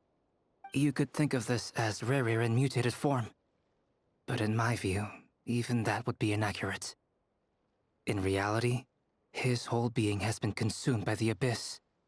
In other words, he is now nothing more than a manifestation of abyssal power. Unfortunately, at present, we have no means of completely eradicating abyssal power. Hence, we cannot fundamentally destroy the Rayhir of Solnari either. Oh, that's terrible news! So, that's it? We can't defeat him? Not even if we get the power of the Three Moons? Miss Columbina's situation is a difficult one. She can never achieve wholeness when the world does not accept her presence. It's as if her creator banished her to a place she can never be accepted. It means she spends most of her energy just on her own survival. Given the circumstances, it's only natural to despair. But we must see this plan through to the end. Time to kick off the backup plan. Oh, Paimon almost forgot! This is for you. Dory asked us to bring it. Ah, how wonderful. Well, thank you for making the trip. Durin and I will be heading off shortly. I'm sorry I won't be there to protect you in person this time. Please be careful.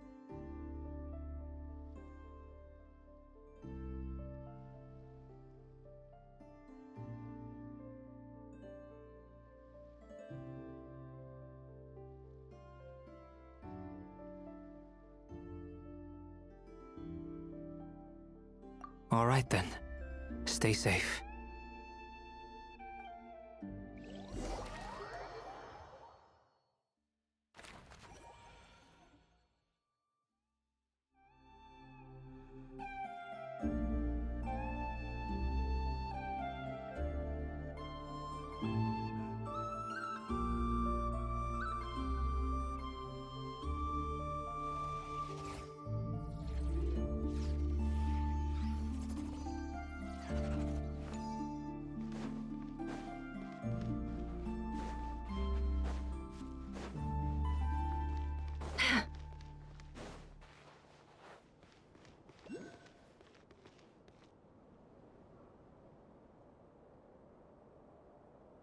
Miss Lauma, is everyone here? Yes. The fate of my flock is in your hands, Grandmaster Varka. Please keep them safe. My lady, what are you saying? Within the next 24 hours, we will face the biggest crisis the world has ever seen. This is not a burden that we deserve to bear, but I believe that we reap what we sow in this life. So I intend to act. I must do what I think is right. For me, that means fighting for the future of Nodcry. This gentleman is the Grand Master of the Knights of Favonius, Varka, Knight of Boreas. In my absence, please follow his lead. Hey, everyone. Guess I should introduce myself. Well, to start with, I know my way around a battlefield. Biggest strengths are honesty and hard-workingness. Anyway, point is, I don't intend to let Lauma down. I'm gonna do everything in my power to keep every last one of you safe and sound.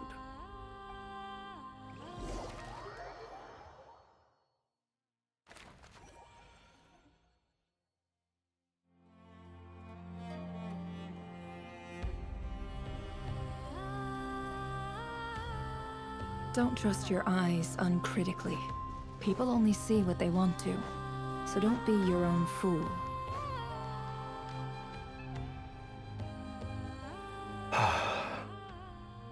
Something on your mind? Miss Columbina, was it? I believe that's how the others addressed you. That's right. Names are funny things. Have you always been called Dainsleif? Yes. I take it your own name has a more complicated history. I have a different relationship with names than other people. To be honest, I'm not even sure that Columbina is my name. At least, not in the same way that Dainsleif is yours. But it's what everyone calls me, and I go along with it. A lot of my life has been that way. I get so used to things that I forget to question why they are so. I never used to think much about where names come from, or what they mean to people. Maybe something's wrong with me. You're different from other people. I sensed it the first time we met. You're more perceptive than most. I'm sure your long life and rich range of experience explains that.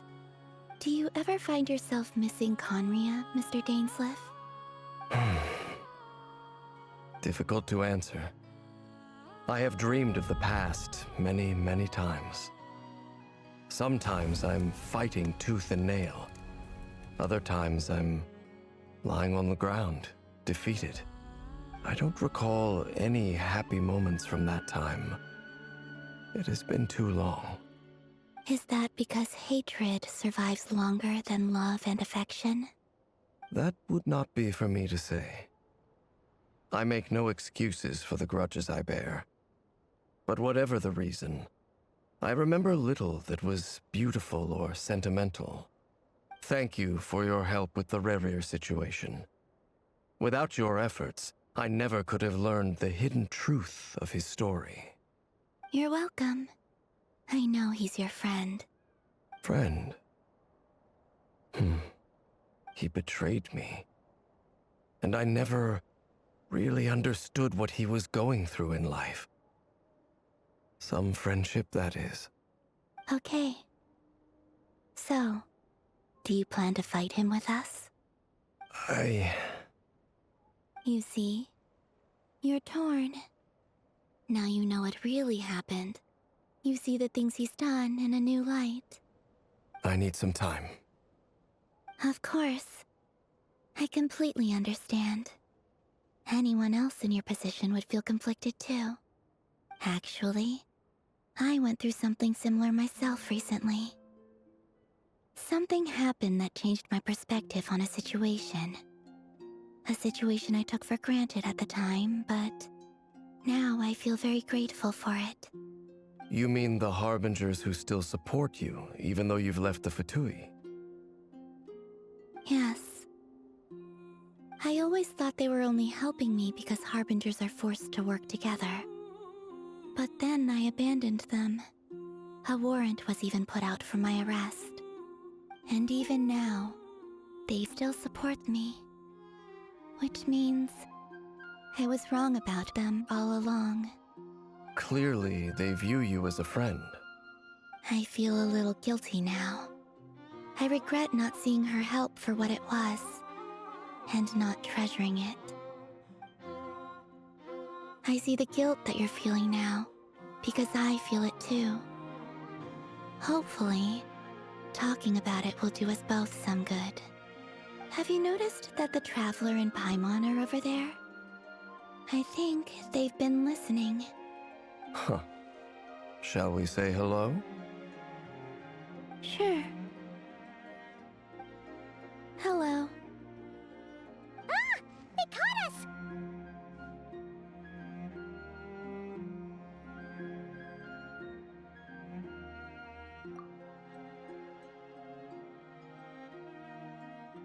I apologize for making you worry. No doubt you wish to know where I stand on the plan to take down the Rerir of Solnari. I'm afraid I need a little time, but I will seriously consider joining you. You will? Oh, thank you so much! Everyone will be so grateful to hear that! They needn't be. This was something that I was going to have to face up to eventually. That doesn't matter to them. They're grateful to you regardless. You can't control their gratitude, so just accept it. And then, have a think about whether you're willing to join us.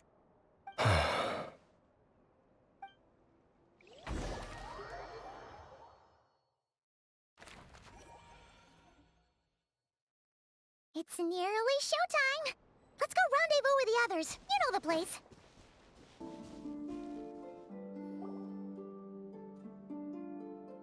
Ah, you're earlier than I expected. Hey, Flint's! Been waiting here long? Not too long. I came a little early so I'd have some time to think. Are you nervous about the battle? Quite the opposite. I'm reminiscing on my past battles. When I was awakened by the Ratniki, I had not touched a weapon in many years. I felt like the battlefield was not where I belonged. But after waging war against the Wild Hunt for so long, I came to realize something. A life of absolute peace is simply not a possibility for me. My restless flame indicates that somewhere inside of me, there is a deep yearning to root out the evil in this world. Ooh, that doesn't sound like such a bad thing. Well, in the past, when I was a Fae whose primary concern was hibernation, it was hardly ideal. But it certainly serves me well here in the present. And I am delighted to be able to join forces with you in this endeavor. Looks like I'm not the first to arrive. Ah, Miss Lauma. Did you sleep okay last night? I struggled to settle down at first, because of the nerves. But don't worry. I got enough sleep in the end. I'll be just fine. Please, I'm just doing my part. Never! Over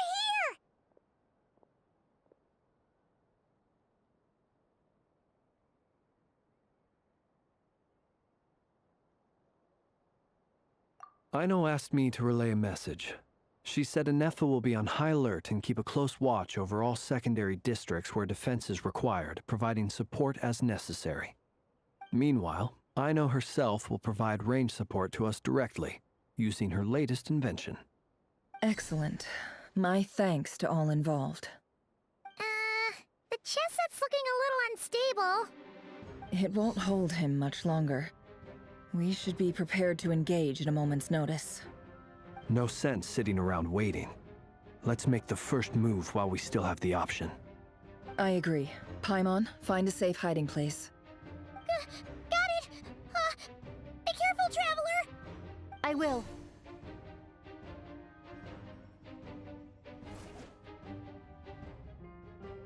Everyone, take your positions as soon as the battle starts. Every ounce of strength we have in our bones, let us bring to this fight. Ready? Let's go. I've seen all your futile ploys before. You have become the authors of your own demise. I wouldn't be so sure about that. You are merely a moment of sport before I tear down the moon.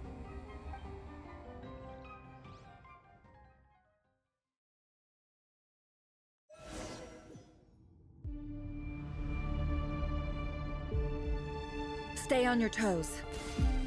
Yup, you too. No more lies. Forrest? Close your eyes. Let me help you guys. Eat this! Moonlight. Absurd. Time to come clean. Hunt him down. Leave this place. No more lies. Great. Observe. Close your eyes.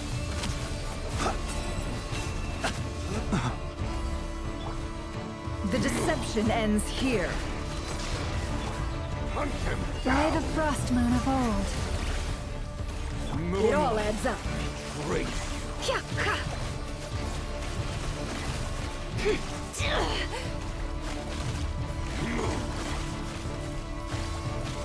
Moonlight. The moonlight. Hunt him down. You poor lost... Observe. Futile. Be silent. Do you fear the dark? It began with the moon, and so shall it end. The moon will protect you.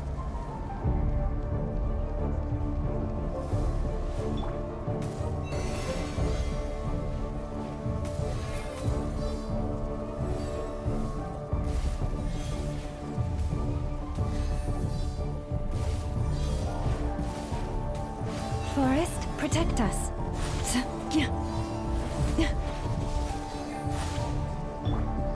Close your eyes. Are you quite finished? Do you see now?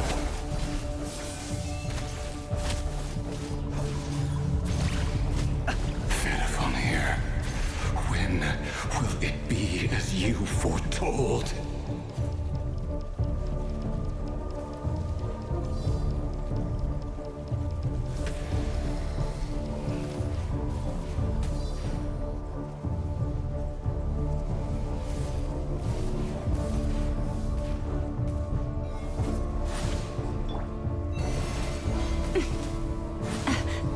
Observe. Huh? Your foul spirit is not welcome here. Bombs away! For the everlasting forest. Be silent. Seek within. It all adds up. Absurd. No more lies. Pathetic, hunt him down!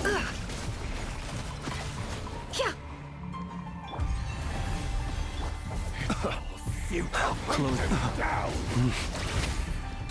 The deception ends here.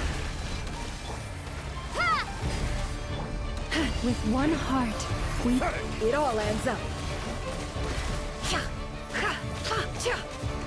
Hunt him down! It all falls into place. Observe. Close your eyes. Moon. Steady now. Futile. Can't hide the truth. Seek within. Your little game of heroics is over. Who wants to go first? Moonlight betrays you. Now, get out of my sight! No! We've been separated. You okay?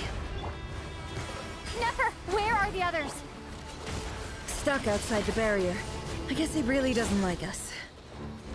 I told you before, knowing too much is always a death sentence. Be careful what you wish for.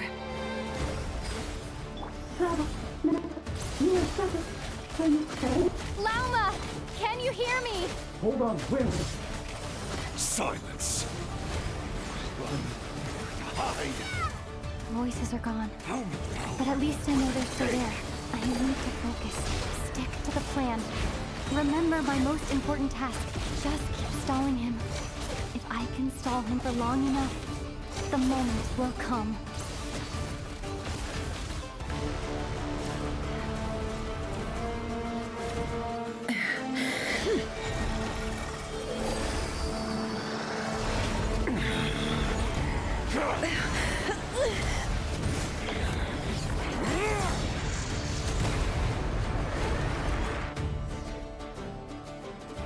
The only way to defeat Rarer is to borrow his own power.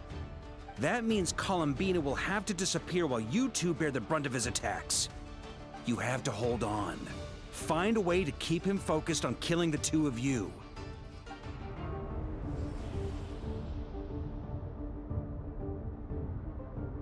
Nefer! Your eyes are bleeding. Soon you will be powerless to resist. And then, I will reduce you to dust.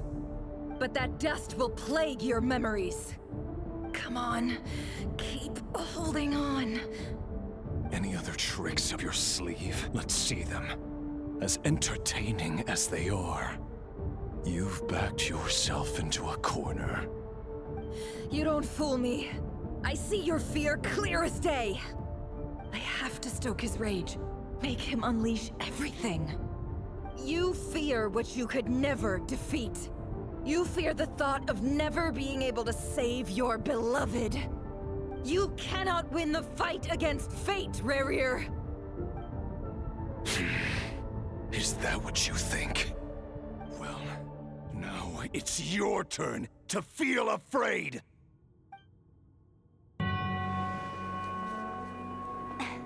You fear the sound of your own name? Is it us you hate? Or is it what you've become? Let's see what becomes of you!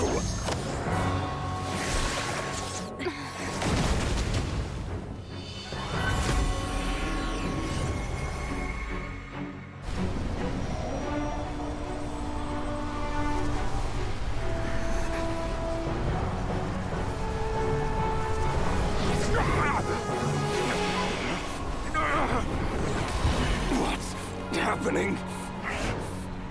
That power. I've seen it before!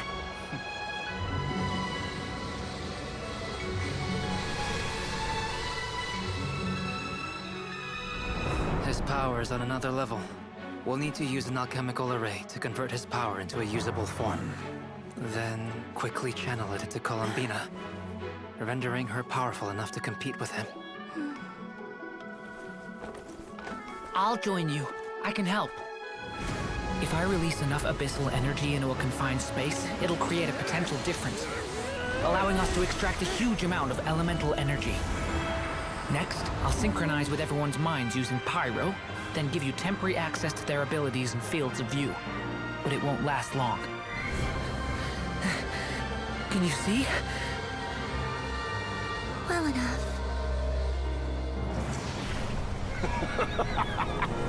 So, we have a student of Gold Rhine-Daughter in our midst!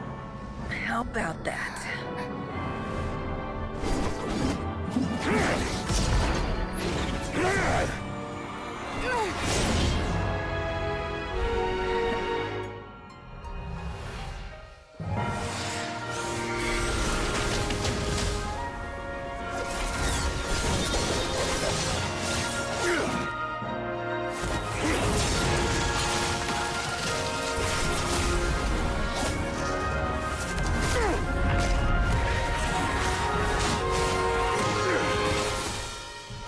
You use my own power against me?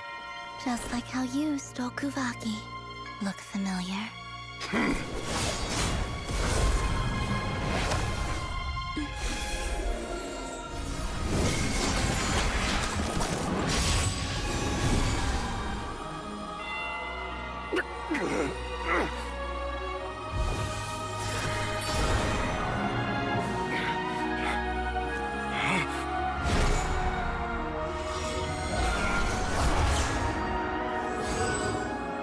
Don't you realize? You don't have the power to hold that gate open! I don't, but someone else does. Goodbye, Rerir.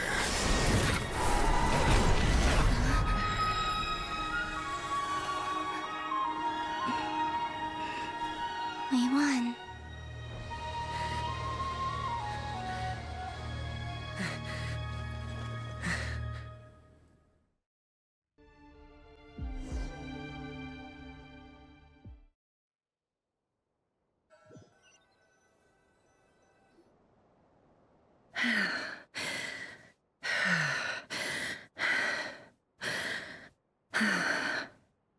Nefer, how are your eyes?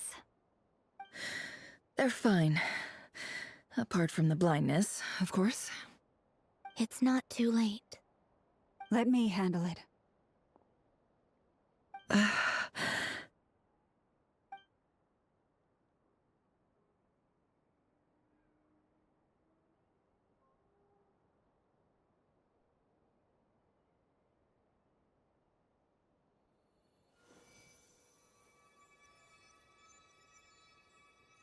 Miss Nefer, it's not like you to lose your composure.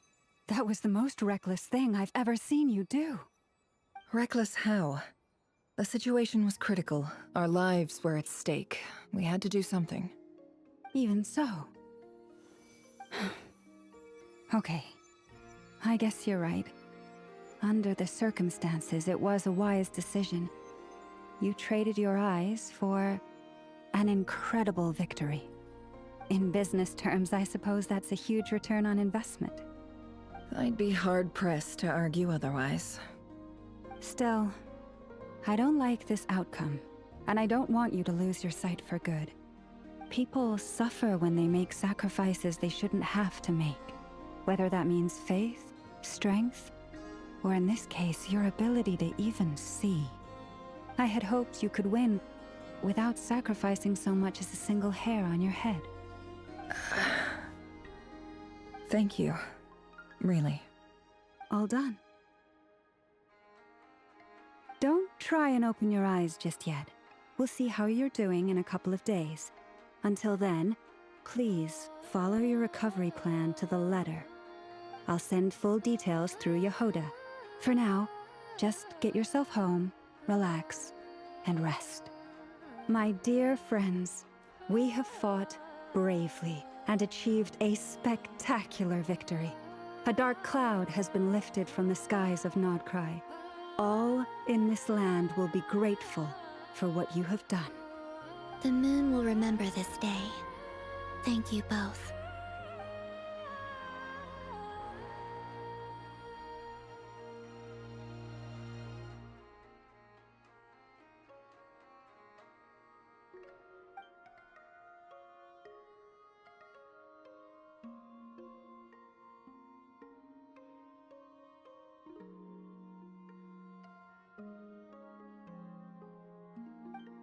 There's something I want to let you know. What is it? When Durin connected everyone's minds so I could access their powers, I also felt everything they felt. And since Nefer's eyes were injured, my eyes are hurting now too.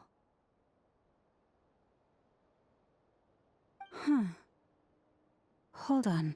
Let me try. I only feel the pain. There's no actual damage. I just thought I should tell you. You're right.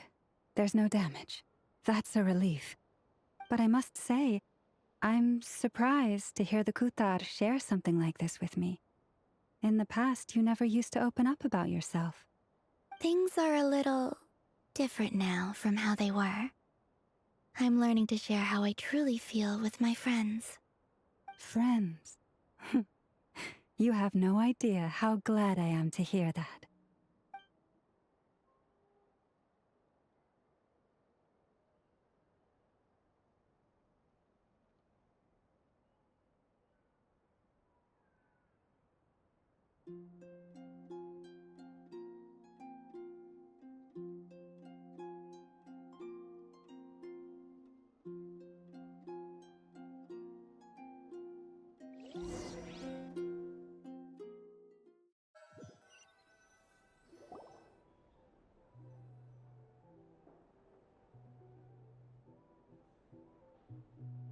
Yay! You're awake!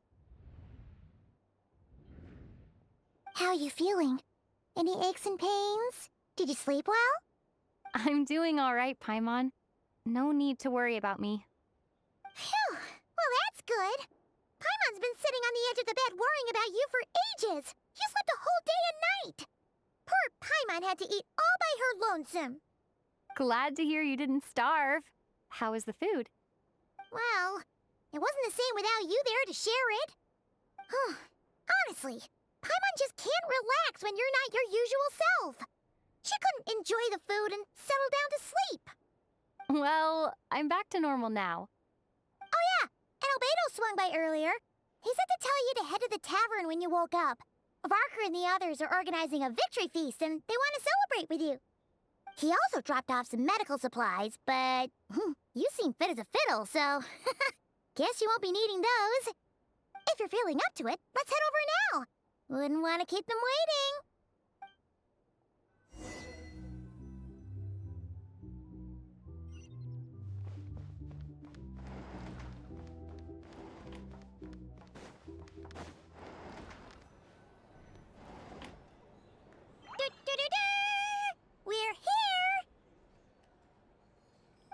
Traveler and Paimon! Perfect timing! We were literally just saying how there's no way we're holding this victory feast without you any longer, and we would have postponed it till tomorrow. How are you feeling today? Much better, thanks. Don't worry about me. Relieved to hear it. If that changes, just let me know.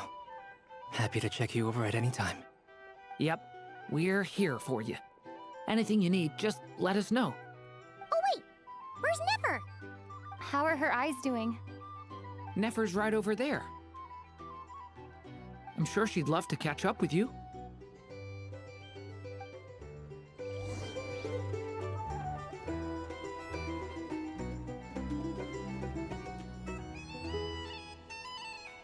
If you're here to sign up with the Fatui, make sure your paperwork is all in order.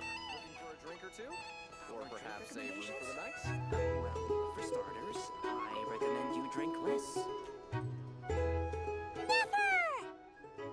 Traveler, Paimon, are you recovering well? Turns out that moon chanter has some real talent after all. My eyes were mostly recovered after just a couple days' rest. I can actually open them again now. Yeah, but you gotta be careful. Lauma says not to strain your eyes while they're still healing. Yes, thank you. I'm well aware. Yehoda, could I borrow you for a moment? I could do with an extra pair of hands. Oh, sure. Coming. Did you hear that? I gotta go help Lauma for a second. You guys chat among yourselves. I'll grab us some drinks on the way back. Paimon, you still like 'em sweet? You bet! Make it extra sweet, because Paimon's earned it! Sure thing!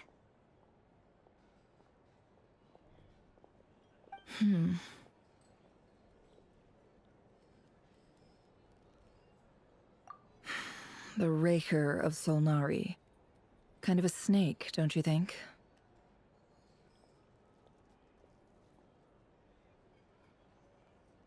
No, definitely a snake.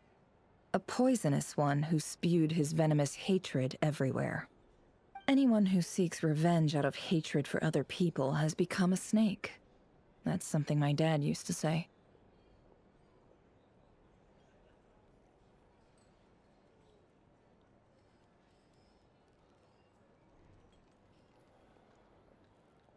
Perhaps.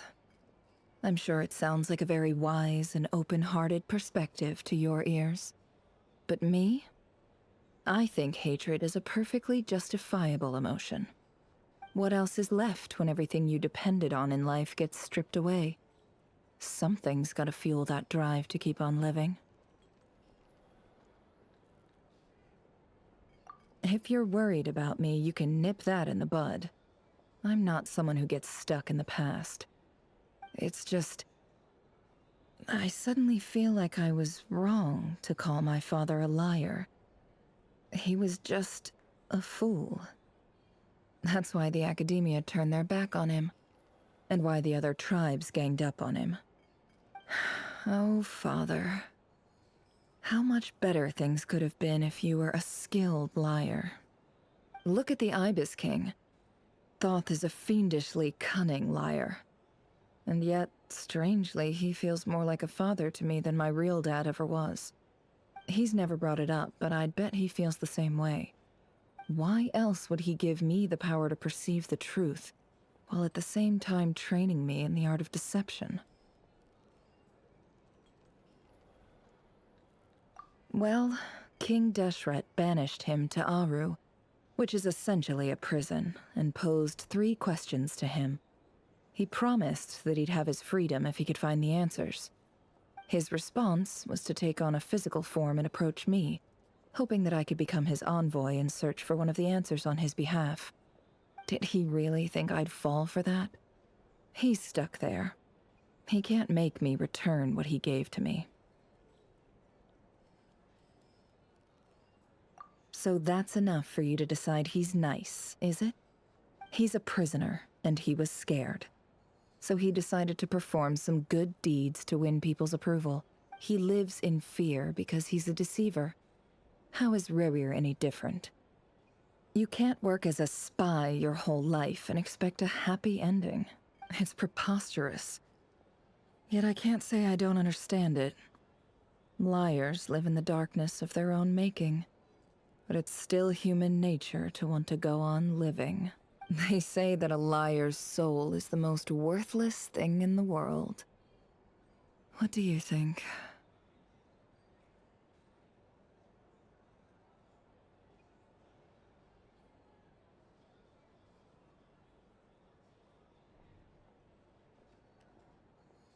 Oh, really? Well, it takes a very kind person to find compassion even for liars. If you ask me, the soul of a liar really is worth nothing. Because all they care about is themselves. For example, when something good falls into my lap, I don't go sharing the news around. Stops other people trying to steal it from me.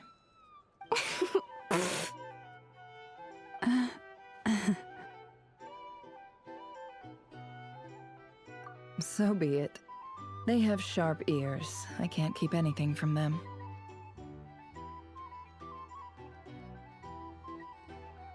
Oh, is that what it looks like?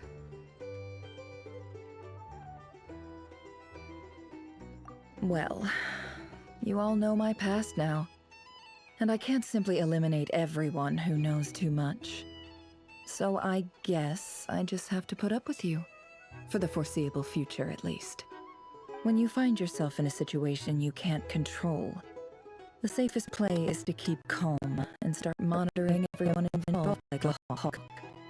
In the intelligence world, you have a sense of perspective and play your hand accordingly. If you understand what's at stake, please ensure my secret is safe with you. I trust you'll respect my wishes as a friend. But don't forget, I will also be watching you like a hawk. Very good. Oh, wait! Now that the panic's over and we've all calmed down, Paimon suddenly remembered something. After all that build-up, our mystery ally never showed up even once!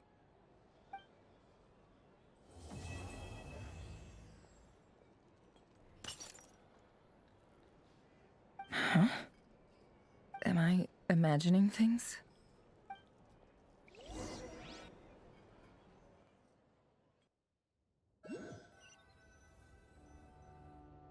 So, that close colleague who stayed behind with you? What's he been up to recently?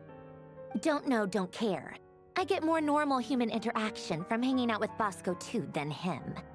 Although, now you mention it, he hasn't bothered me in a while. I wonder if... If he's disappeared without a trace, it's the biggest gift he ever gave to the world. But I somehow doubt that's what's going on. He won't lie low forever. So we'd better stay on guard.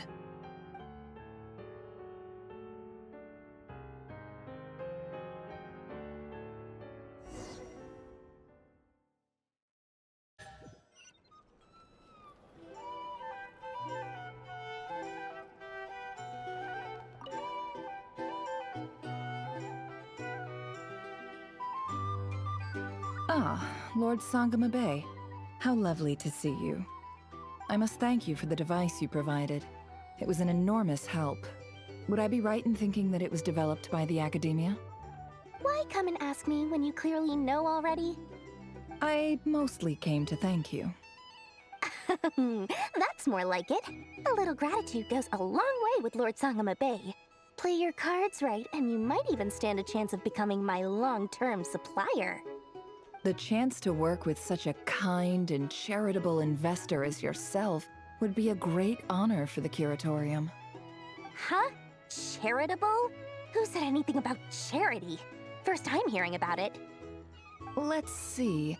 The first plot of land you purchased in Nodcry, your desert interests, and... Stop! What do you think you're doing? Exposing my investment history! It's nothing to hide from. They're all perfectly legitimate investments. And some of the land you purchased was with the intent of building a sanctuary? Yes, I heard about that too. How You're a curious case, Lord Sangamabe. You don't like people finding out about your good deeds, do you? But I'm afraid no matter how hard you try to keep things under wraps, where there's a will, there's a way. You did it for Sumeru, didn't you? It was empty land that was gonna go to waste otherwise. I figured if I built something there, it might at least get some use in an emergency. Disasters are capricious things. They strike without any warning. I've lost family to a disaster before, and I don't want to lose any friends or business partners if I can help it. My elder sister used to dream of finding a sanctuary. Somewhere with plenty of food, water, and medicine. Where everyone could live happy lives. It was something I looked into, but after discussing things with the Dendro Archon, I decided on a more effective strategy. The tech people handled the tech, and Moneybags provided the Mora. It just made the most sense. It's a pity that so few people know the truth about you. Everyone says that you view everything in terms of Mora, and all you care about is growing your own wealth. So, what's the problem with that? Everyone wants to be rich. It's human nature. So yes, I love Mora, and it's nothing to be ashamed of. But surely you have dreams of your own beyond just making Mora. You don't get it, do you? My dream is to invest in other people's dreams. And, you know, make a nice little slice for myself along the way. Just thinking about it makes me happy. That sweet, sweet sound of Mora. Thank you. For the device? And the pendant. Oh, that. I was just returning a favor. Don't worry about it. Seems like we've both been away from home for a very long time. Yeah. So long that I barely remember what my family even looked like. That would be your mother, father, and sister? Yeah, though it's been years since my sister passed away. It's not like I want to forget them, obviously, but memory can be even more ruthless than the most calculating business person. Beyond a certain point, if something isn't helping you, it just gets rid of it. My sister can't help me now. Slowly but surely, her face is fading from my mind's eye. It's become a vague impression. Not everything will fade. When loved ones pass away, the beautiful memories are the ones that last the longest. Yeah, that's true. If you ask me, that's the one silver lining in all of it. Well, that, plus, I'm sure that life is much better now than it was back then. Oh, absolutely. I have tons of Mora, a big beautiful house, business is booming, and I'm as happy as can be. You've got a lot going for you too. Boss of the Curatorium of Secrets? I'm sure there's plenty of Mora to be made in that line of work. I appreciate the vote of confidence.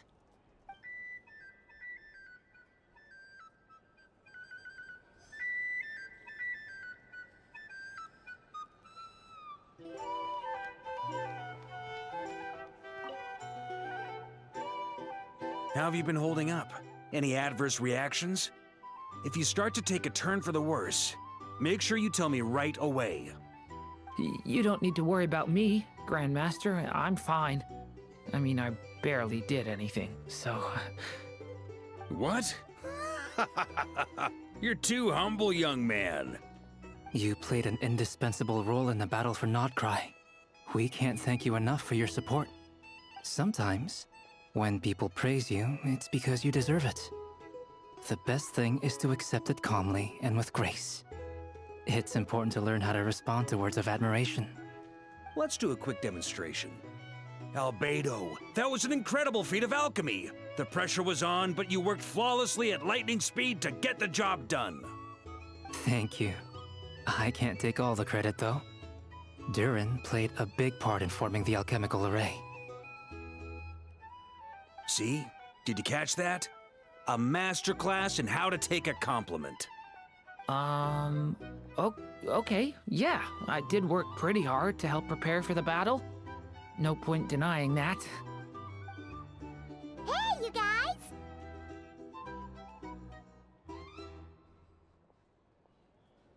Hey, look who's bounced back. Looking good, traveler. Seems like you've recovered. You won't need to take any more medication. Can I get you a drink? Huh? You know how to order at a bar now? You've sure learned a lot recently. Handling a drinks order is ridiculously simple compared to alchemy. Don't worry, I'll blend into society yet. Paimon believes it. You're clearly a fast learner, just like your brother. To be totally honest, though, Paimon didn't quite follow all the details when you first explained the plan to us. Don't worry, that's completely understandable. Unless you're a student of alchemy, it's hard to grasp the principle and how the process works. To put it in the simplest terms, we saw how our enemy stole the power of Kuvaki. And that gave us the idea of stealing his power to turn it against him. When facing an enemy you have no hope of defeating, it's best not to engage them in battle. So, instead of looking for a way to overpower him, we decided to help Columbina get strong enough to at least stand up to him in a fight. For this to work, we had to analyze his modes of attack, confirm who his main target was, and make sure that he wouldn't go beyond the range of the alchemical array. For added security, we prepared a total of 4 arrays. But to mitigate the impact of the battle, we identified one location in particular as the ideal spot, which is where the confrontation took place. The alchemical array absorbed his abyssal power. Then Durin processed it to render it usable by Columbina. That power enabled her to do what would otherwise have been nigh on impossible. What surprised me was that Dainsleif actually agreed to join us. Given his history with Rerir, he had every right to sit this one out. But we're extremely grateful for the decision he made. It must have been a painful choice to make. But I'm sure that making a decision was far better for him than staying in limbo. Absolutely. He was torn between 2 paths, but in the end, he made his choice and stuck to it resolutely. He doesn't strike me as the sort of person who'd stay trapped in limbo for long. Anyway, however you cut it, everyone gave a stellar performance. And now, it's time to kick back and celebrate.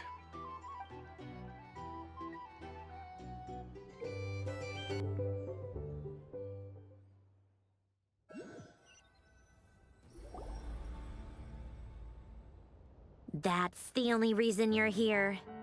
Yes. I've thought a lot about it. And I've realized that you, me, and Arlecchino should be friends. I think this is very important. So I felt I had to come and tell you. Well, this is a new one. I'm so moved. I can't even hold my teacup. If that's all, you can leave now. Do you not want to be friends with me? Or is it that you prefer being co-workers? What is this, Columbina? Are you deliberately testing my patience threshold? Right now, my politeness module is active. But if you say another word, I swear I'll shut it down. If your politeness module was active, wouldn't you say the word please at some point? Polonia, please see Lady Columbina to the door. Will you still invite me to your next tea party? What? Yes, I think you will. Bye-bye, dear Sandrone.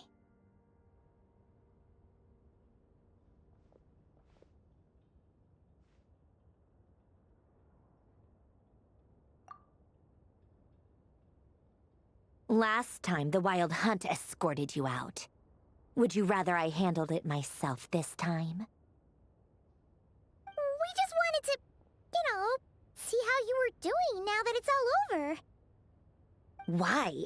Out of concern for my safety? I hope you didn't seriously think that the Rayhir of Silnari would be able to lay so much as a finger upon me, given how prepared I was. Mostly because you kind of helped us out, so we just wanted to check you were okay. Looks like all your robots are fixed, huh?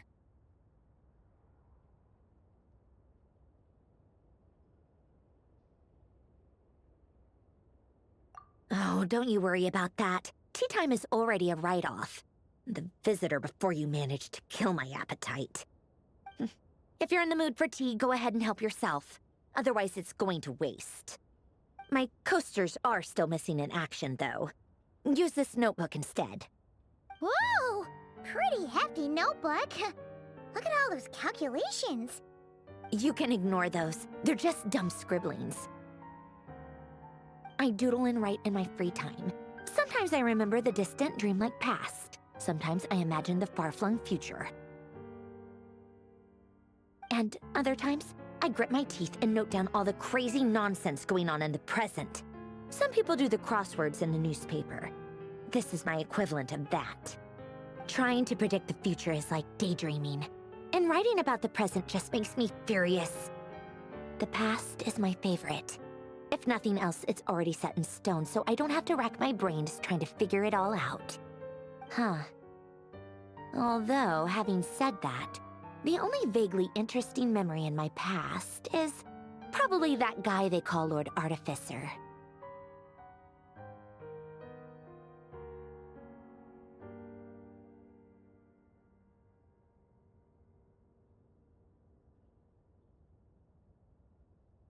Who else? Pretty much all the mecha and Fontaine are his personal handiwork. Wait, are you saying you know him? Like, personally? As a friend? I mean, I guess we were friendly enough.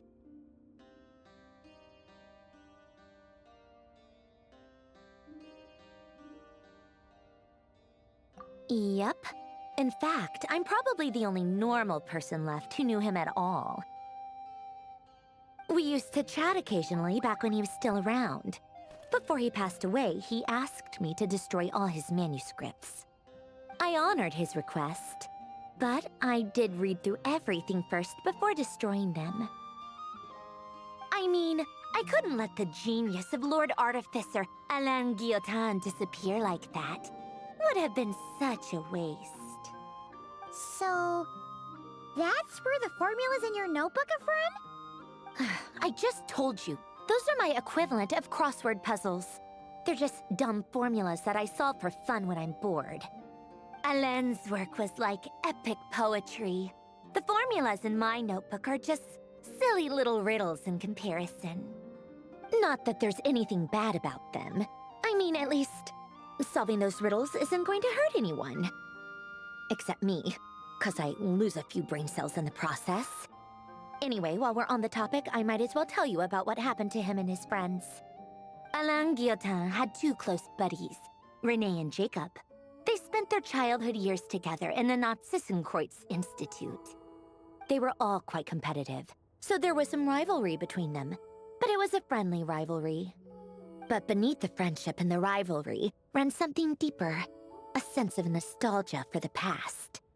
Unfortunately, childhood would end, the prophecy would come true, the apocalypse would arrive, and the future would never be. A mad dream that would normally only capture the minds of lunatics began to take root in their hearts. A dream of saving the world. And if Renee and Alain had been people of lesser wits, that dream would probably have ended up as something for them to joke about in their older years. But alas, they were some of the sharpest minds around. They nurtured that dream with the full power of their intellect, and it grew into something that ate away at their souls. The first of them to fall under its spell was Renee. Against Alain's wishes, he persisted in experimenting on a mutual friend of theirs to try and save their life. Alain did not approve and parted ways with Renee. It's complicated. Alain wanted to believe that Renee only did what he did for the sake of their friendship. But when he told me about what happened, I could tell he still had some suspicions about Renee's motives. Perhaps the seed that would grow into a nightmare had already sprouted in Renee's mind. Even then, the next time they met, Renee's soul had been completely engulfed by the dream of salvation. His futile attempt to change the tide of fate only resulted in a wave that swallowed up the world, even before the apocalypse came. And although that wave died down eventually, I hear that it just recently came back with a vengeance. As I understand, Renee wanted to live out his dream of salvation once more. But I'm told that the attempted resurgence finally died out for good. At long last, Renee awoke from his deluded dream. Though of course by then it was far too late. What do you think of Renee? Do you admire his transcendent genius? His view that any price was worth paying to achieve the lofty goal of saving the world? Or do you despise him? Dismiss him as an evil madman who wrought havoc on the lives of everyone around him as he pursued his delusional dream? Same difference, really. Just a matter of perspective.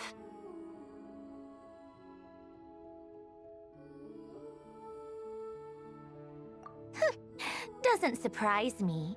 You share one thing in common, after all. You both want to be the savior. The only difference is, your dream came true, and his... well, he wasn't the one who made it come true. I don't like fanatics who give up their whole lives for their ideology. Nor do I like fools who let their delusions take control. Maybe I could understand if Renee had just been an ordinary person. But he had a sage-like intellect, and still managed to get himself lost in the labyrinth of his own desires. Anyway, that's enough about Renee. Now, moving on to Alain Guillotin, the Lord Artificer. He managed to put a stop to the first storm whipped up by Renee. But after that, Alain lost his friends and family. To his credit, I suppose, the loss of his family and friends was purely a tragic accident. It's not like Alain sacrificed them for his cause or anything.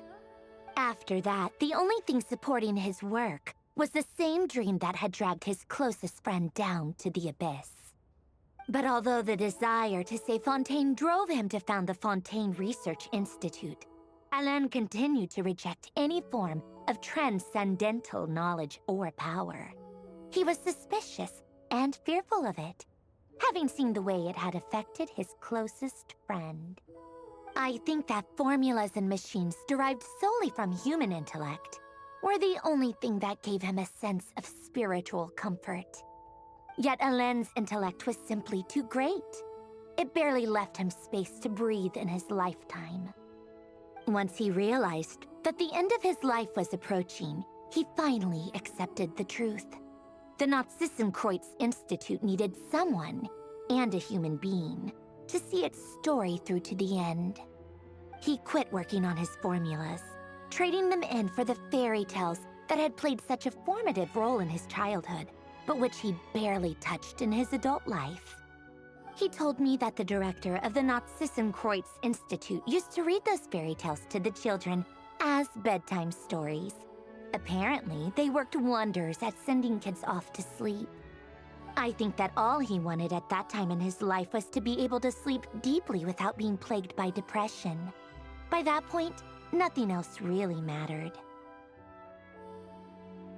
At the very end, he laid down to rest in the ruins of the former Nazissenkreuz Institute orphanage, while the Fontaine Research Institute he had founded continued tirelessly with its work. Many years after that, tensions over competing dreams would once again cause a rift, this time between members of the Fontaine Research Institute. But the actions of those fools had nothing at all to do with Alain. And that is the story of two people from the Nazissenkreuz Institute who both wanted to save the world. One went all in on his fantasy of salvation without ever looking back, and ended up calmly sinking to the bottom of the deepest sea. The other sought desperately to burn bright in his life, even though he wasn't sure where he was going. I do sometimes wonder, why is it that people like them have such grand hopes of saving the world? Even the grandest tree starts as a tiny seed. So perhaps, for each of them, their mission to save the world began with a very simple desire: to save themselves. They were young children with friends and family who mattered to them, desires to explore the meaning of life, ambitions to have a successful career. They didn't want to see all of that taken away in one fell swoop. Or maybe they just wanted to find something to anchor themselves within the chaos, to stop them getting quietly swept away by the storms of life. But instead, the search for their own salvation took them down the rocky road laid out by fate. Do you think the desire to save oneself is enough of a justification to try and save the world? The way you said that sounded just like Alain. I asked him the same question back when he was in his prime, putting all of his energy into his work. He gave the exact same answer as you did. No elaboration, just a quick short answer before getting right back to his work. He was always that way. All right, tea time's over. I owe Arlecchino a favor for telling me these stories. I'll have to bring a whole sack of gifts the next time I visit the House of the Hearth. I'm gonna go tinker with Polonia now. You guys can do whatever you want, as long as it doesn't involve interrupting me. Polonia, exit hibernation mode. Begin diagnostics.